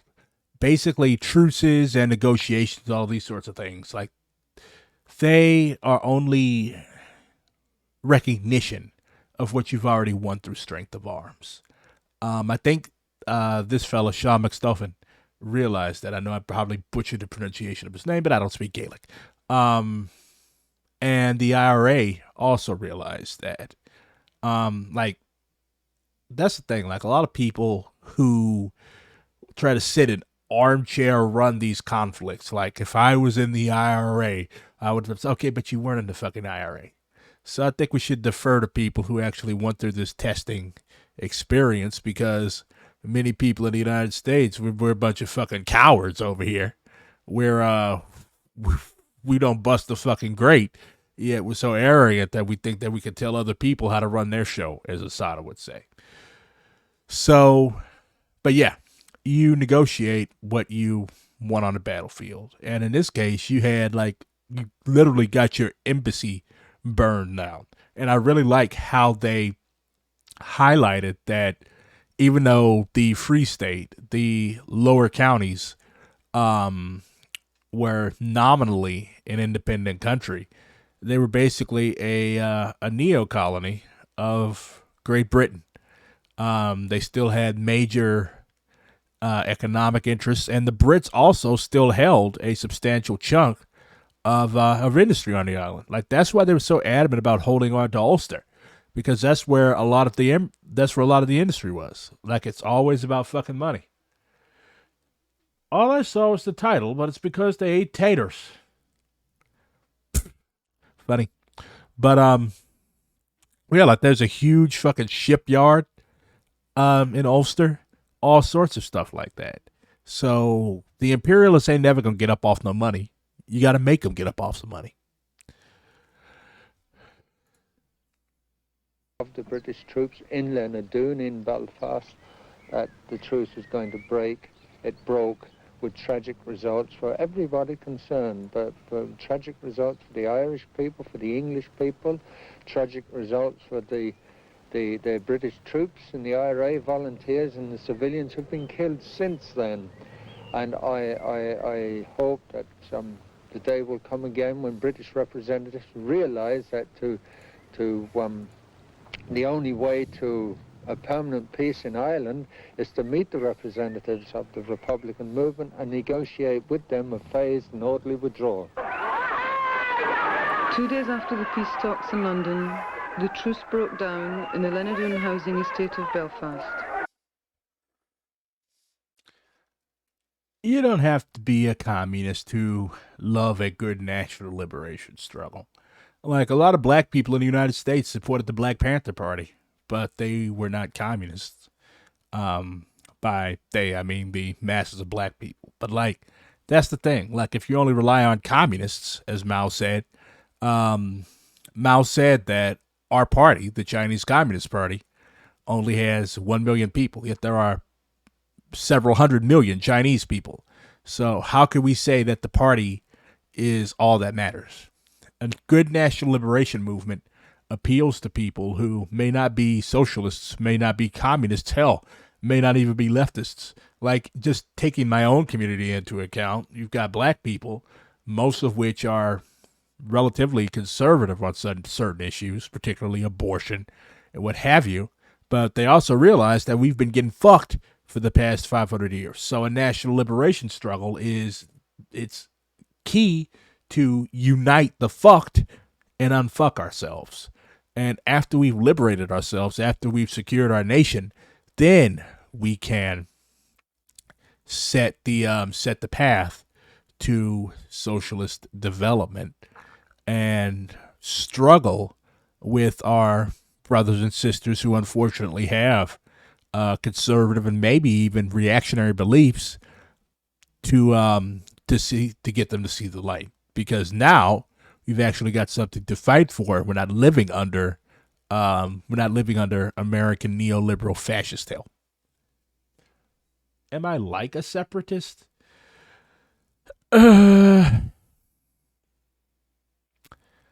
do I support the struggle of black people, new African people for an independent state?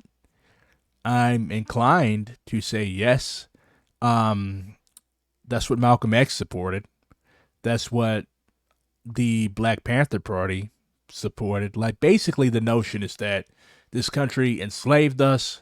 The police still abuse and murder us. We're sent to prison where we suffer horribly. We're forced to live in ghettos. Our schools are shut down. We're still last hired, first fired. Basically the notion behind, have I ever heard of Lincolnia? I've heard of it. I don't know exactly what it is. Anyways, the notion is that, yeah, this country doesn't want us. This country treats us like shit because you don't treat people that you want like shit. So, yeah, we might as well go off and do our own fucking thing. I'm inclined to agree with that. But, like, logistically, strategically, tactically, is America going to just fucking give us 5 states in the South? Absolutely fucking not. They're not going to do that. The South is a very important part of this country. So, but I'm very sympathetic to it. And if such a project were to appear that had a sustainable chance of winning, I would definitely support it. So kind of like Liberia. Lincolnia was a proposed place to deport all the ex-slaves. Its name incorporates Lincoln was going to be in Central America. Yeah, shit like that doesn't work. Sounds like they just want to get rid of black people to me. There, 16 displaced nationalist families had been allocated homes by the Public Housing Authority. But the homes bordered a loyalist district, and the Ulster Defence Association, the largest of several loyalist paramilitary groups, opposed the move. In turn, the British Army refused to permit the families to enter the houses. In the confrontation that day in Lenadoon, 6 civilians were shot dead. Note how, like, it's just constantly large numbers of civilians of being shot dead. Like, imagine if the police just showed up. I know this happened at Kent State and Jackson State and Orangeburg in the 60s and 70s. But, like, imagine, like, today, Army and police just show up to a Black Lives Matter demonstration, whip out the AR-15s, and just mow down 20 people.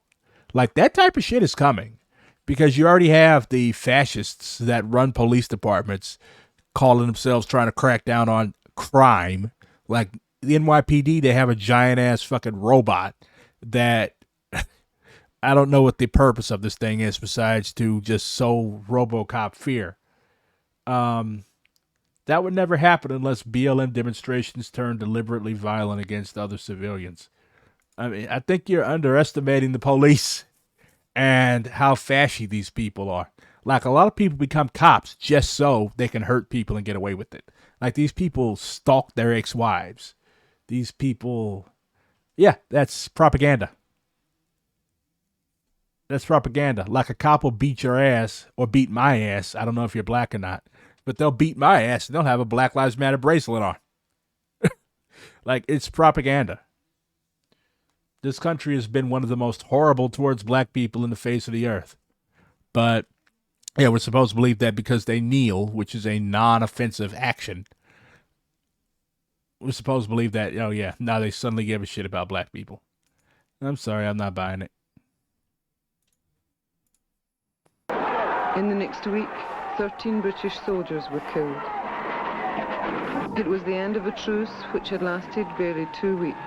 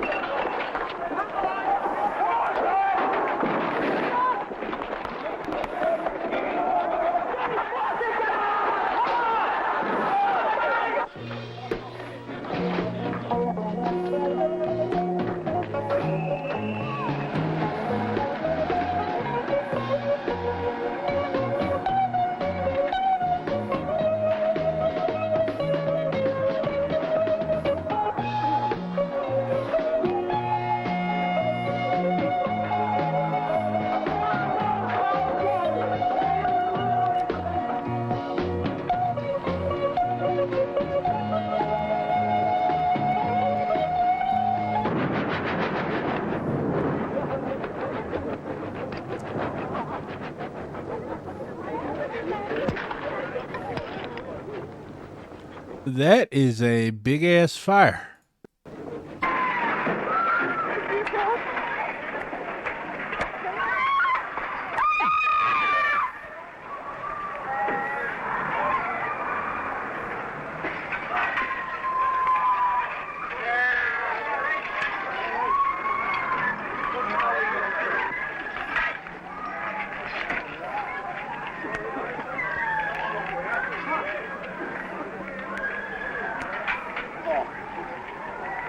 Following the breakdown of the truce, the Provisionals launched their biggest military offensive to date.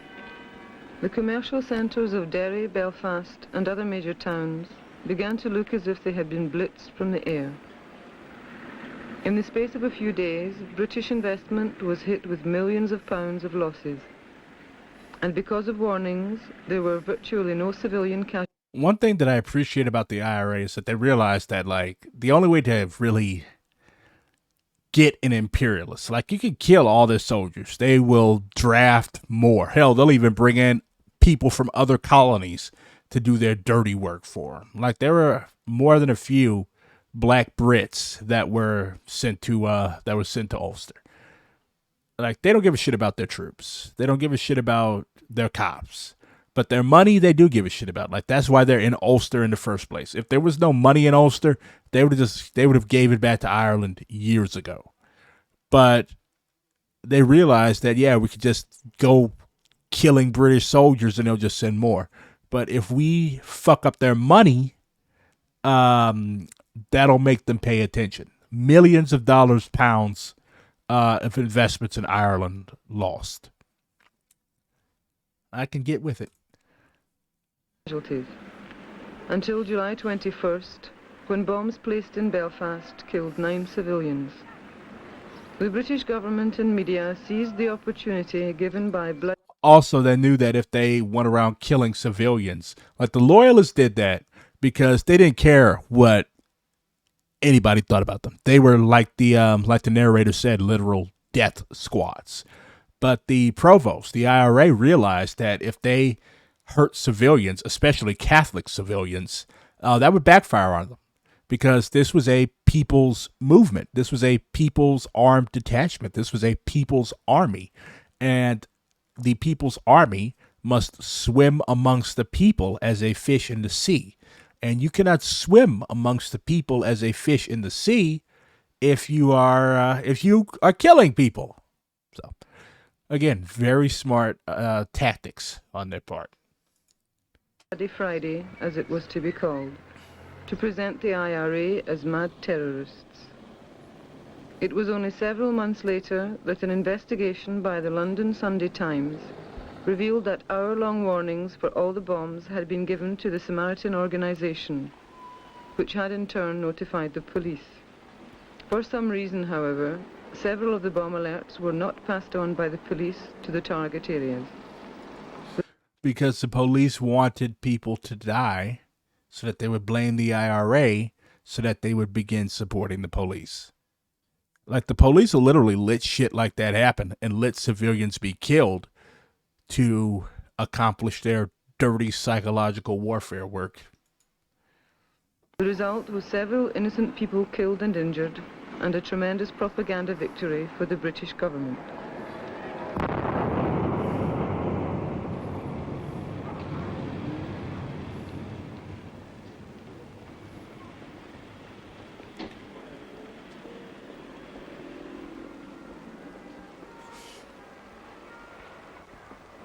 A lot of people assumed that this distortion was bad journalism, when in fact that was not accurate.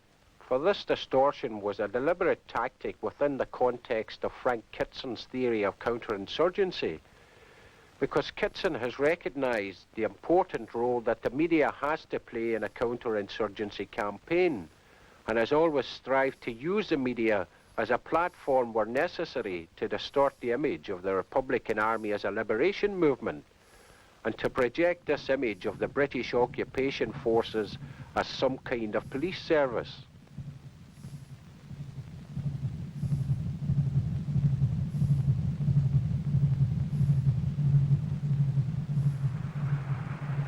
Ten days after Bloody Friday, 22,000 British troops occupied the nationalist ghettos in a move codenamed Operation Motorman. It was the end of Free Derry and Free Belfast. Let Arab see, there's the power. There's the power there. What chance have I against a man like that? The cream of the British Army, the paratroopers. And a couple of thousand came over them house last night and cut us their ribbons. They didn't give us a chance. Arrange a meeting with Jack Lynch and it's a blarney. That's a lot of bloody hooey. Yankee blarney. We're down up here. We're getting murdered up here. Murdered. I have made it perfectly clear that these operations are designed to protect the whole community, to remove the fear of intimidation by terrorists from the community, from wherever it may come.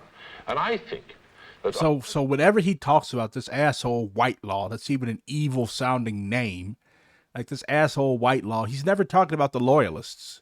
Like, he's never addressed the fact, none of these people have ever addressed the fact that the loyalists would just go and throw a bomb into a crowded tavern, into a crowded pub, without any warning, because they want to actually kill people, or just do drive-bys in the nationalist areas, into these ghettos that they've made them live in, or just do fucked up shit with the intent of killing people and sowing terror.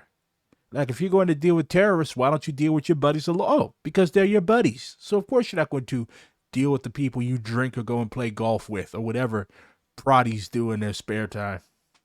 Yes, I know that's a bad insult, but whatever settler colonists do in their own time. After the work of Her Majesty's government over these recent months, the patience of Her Majesty's government, the work to convince the minority community that we are determined to give them a fair deal, I trust this friction will not arise. I see no reason why it should. The security forces are there to protect the whole community. There are over 1,000 different British firms throughout Ireland, north and south, controlling more than 60% of the country's total industrial activity.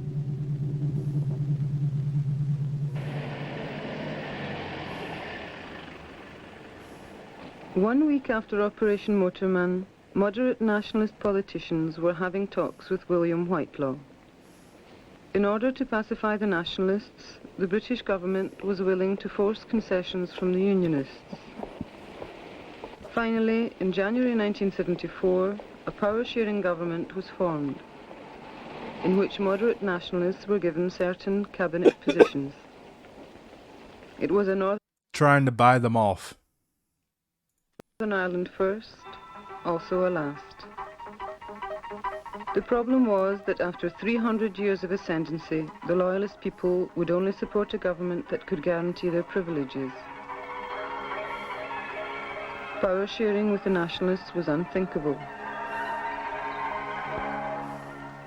On May 14, 1974, loyalist extremist groups controlling workers in the key electric generating plants launched a strike against the new government. When the British Army refused to intervene, the success of the strike was assured. Within 2 weeks, the power-sharing government fell. Britain had been... So these people literally sabotaged their own government because they were so afraid of losing their unearned privilege. Does that sound like somebody, like maybe a group of people that you may have had close contact with? Oh, that's just every settler power ever. Like, do we honestly think that white Americans are not going to try to pull this same shit?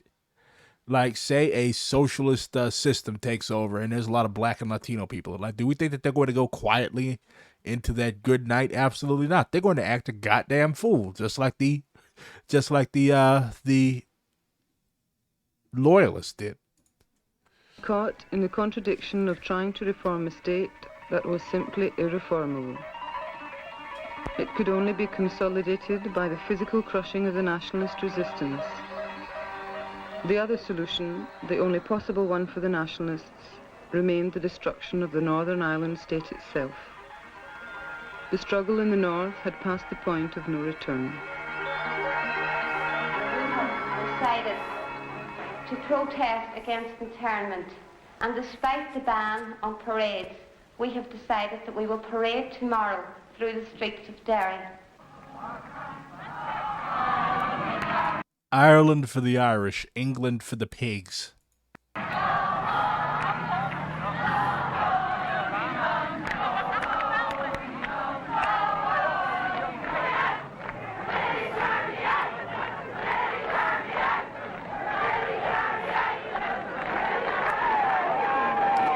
I love this graffiti.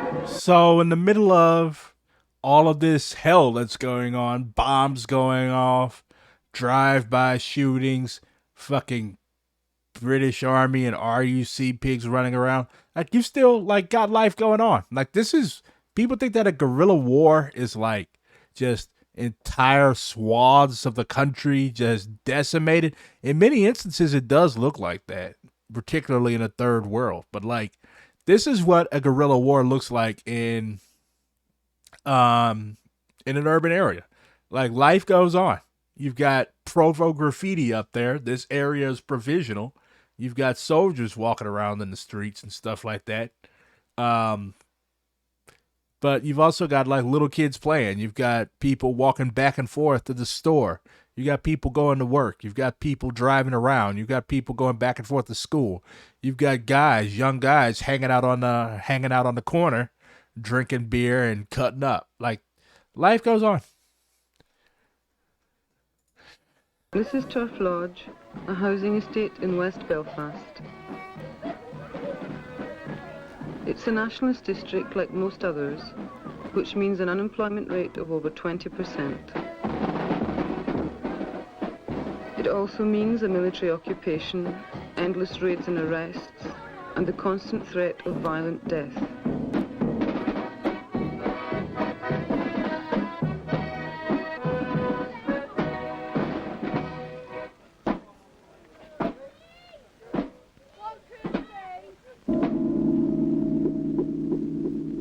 On October 4th, 1976, 12-year-old Brian Stewart of Turf Lodge was playing in front of his home when he was killed by a plastic bullet fired by a British foot patrol. At the time, there was no rioting or gun battles in the area, which made the killing all the more senseless. So they're just walking around and they see this kid out playing, and they just decide to fucking pop the kid. Like, that's the exact type of shit that cops used to do in Oakland back in the day. Like, that's the type of shit that led to the formation of the Black Panther Party. Hell, American troops were doing this shit all in Afghanistan and Iraq. Like, you see You drive by a village, or you drive by a compound. You see people out working in the fields and stuff. Oh, just hop on the fucking machine gun and mow down as many people as you can. Never mind the horrible shit they did in Vietnam. Like, there's been whole books written on that. Like, occupation forces are a uniquely fucked up way of doing things, and they attract a uniquely fucked up individual. Like, how fucked up do you have to be? How messed up in your mind do you have to be? You see this little dude out playing, and you just fucking shoot him with a plastic bullet. Like, who does that? What type of sick, degenerate, hopelessly fucked in the head motherfucker does stuff like that? I'm just going to shoot a little kid because he's outside playing and I'm mad. Like, come on. Since then, the women of Turf Lodge have gone out into the streets each and every day to protest against the continued British Army presence.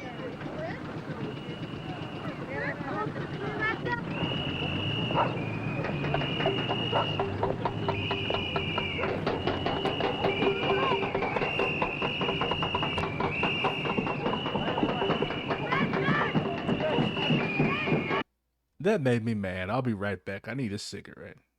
You shoot a little fucking kid with a plastic bullet and kill him.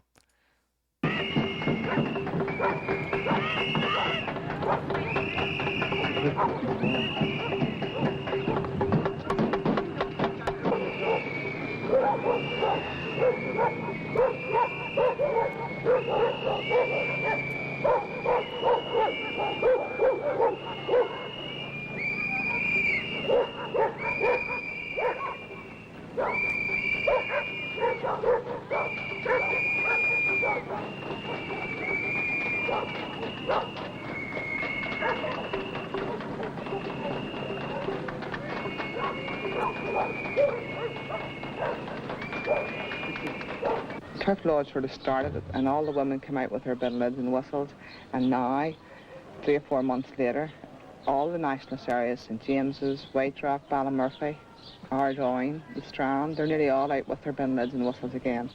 The women are starting to show the lead. You know, they recognise the need for them to work on the power with the men. I mean, from the start, women have been involved in the military campaign.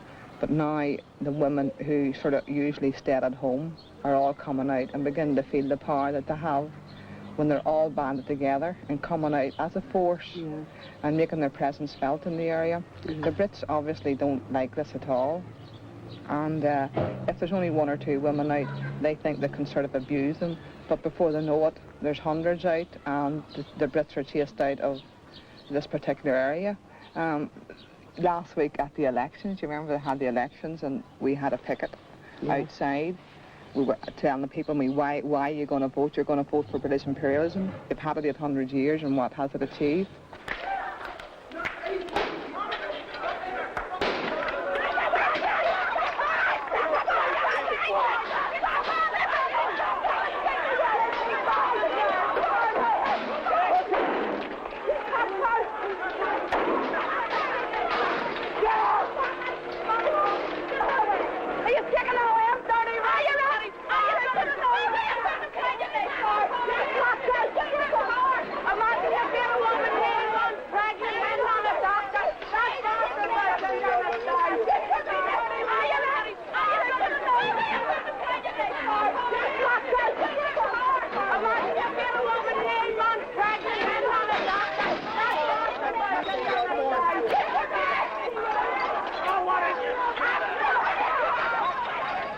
In August 1976, in the midst of the continuing war, a peace movement was formed which tried to regroup moderate nationalist and loyalist women. And for the first time in a long time, Northern Ireland became front-page news throughout the world. The peace movement was significant as a truly remarkable media event, which, however, never quite took root in reality. They came into formation after 3 children had been killed in an accident on the Upper Falls Road. And what had happened was that an IRA active service unit were going out to ambush the British Army, and on the way to the ambush they were chased by a British patrol. The patrol opened fire on the car, the driver was killed, the car obviously went out of control and hit the 3 children. At the beginning of that, there was obvious sympathy towards the family, and people were very sympathetic and people were very sorry what had happened. The peace movement, led by Kieran McKeown, a local pro-British journalist, used this opportunity to launch a movement that was directed against the IRA.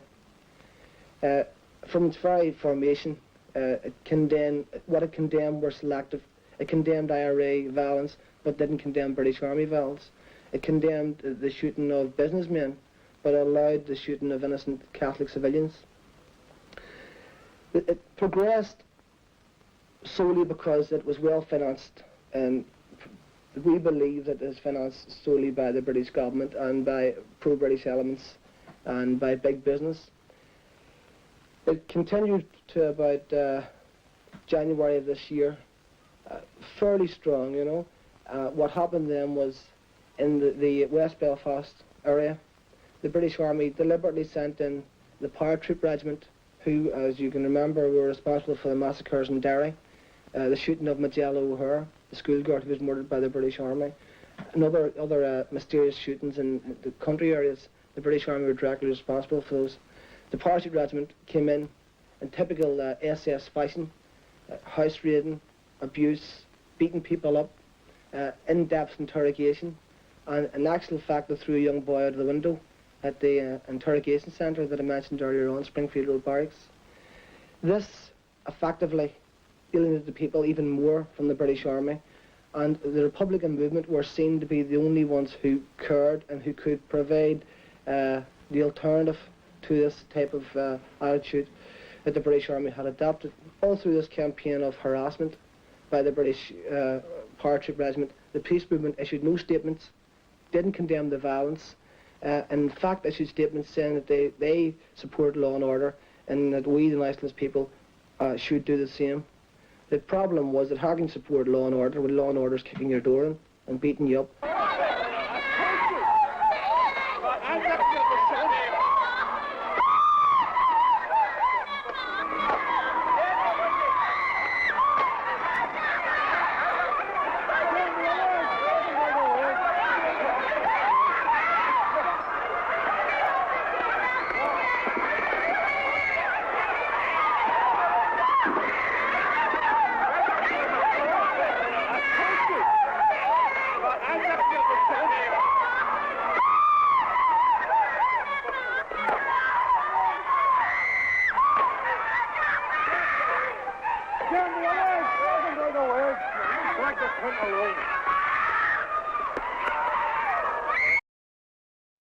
I have to admire that dude. Like, he's fighting off 3 to 4 cops. Like, that's how black people fight. He's definitely getting his ass beat, but he's beating their ass. Like, they drug him out of the fucking street, and he's knocking the fucking stick out of the way. Like, that's a damn good fight. Let's go back a little bit.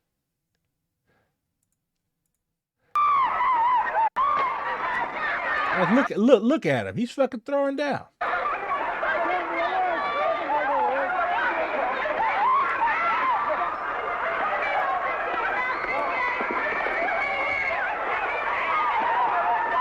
He's rolling around on the ground and like he's still holding off 3 fucking cops.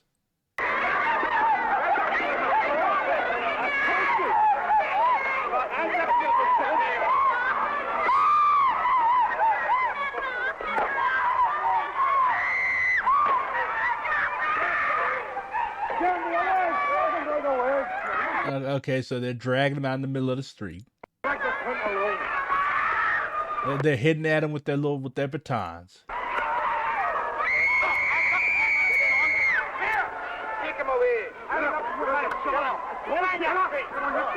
Right, like they got to call more than just to deal with one dude.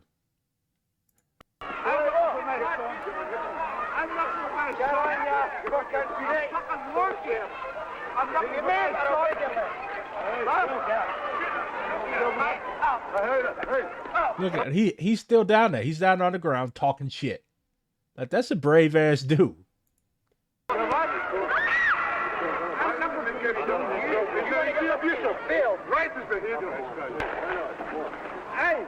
Can I have my fucking home to you?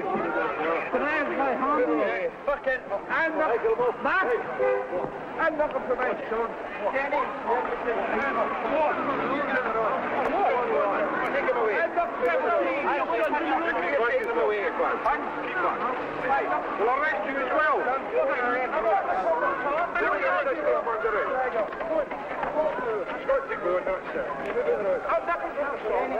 Look at him. He's still fighting with him. This dude, he is determined. He is resolved to not go down fucking easy. You gotta admire shit like that.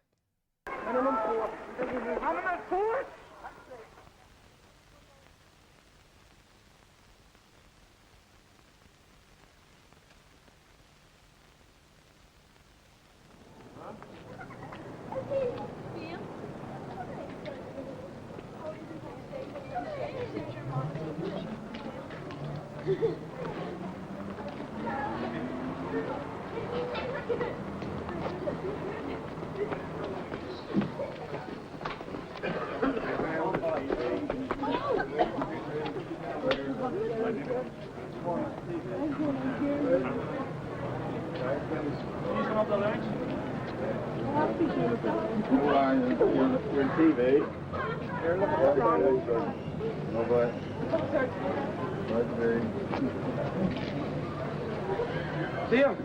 He's well. Connolly and a coach. Standing down the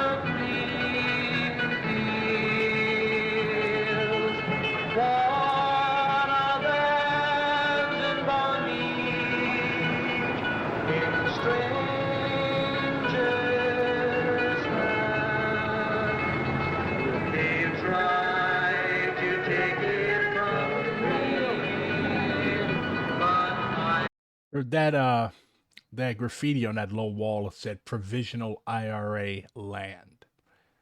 You know, that's the thing that gets me is that, like, Maoists in the United States for a period of time, like, they would do stuff like that. Just write, like, say there was a shitty landlord. They would write, such and such horrible landlord lives here. But, like, the IRA actually meant that shit. Like, when they wrote that on a wall, that literally meant that that was their land. British troops enter at your own peril. Like, there was a sniper watching you, and if you did something that you weren't supposed to do, turned down the wrong street, what have you, you would probably get your head blown off. The IRA was known for its snipers. So that shows the difference between, like, live action role play in the Imperial Corps in the United States, making threats and things that you cannot back up, and actually being a movement that had the support of the masses, and being an armed formation that was actually able to back up the shit that you were saying. So After watching this, why are the Irish the most based people in Europe? Well, because they have suffered immensely, like just from watching this hour and a half long film, very good film. It demonstrates that you cannot break the will of a people with repression. You had Bloody Sunday, like you had British paratroopers literally just dropping in and murking people for no reason whatsoever and then making up a lie after the fact. And afterwards, 30,000 Irish people in Dublin burned down the British embassy. So when you oppress a people like the Irish or the African people in the United States or indigenous people, all you're doing is giving fuel to the fire, because you can kill 10, 20, 30, 40, 50 people and 500 more will take their place.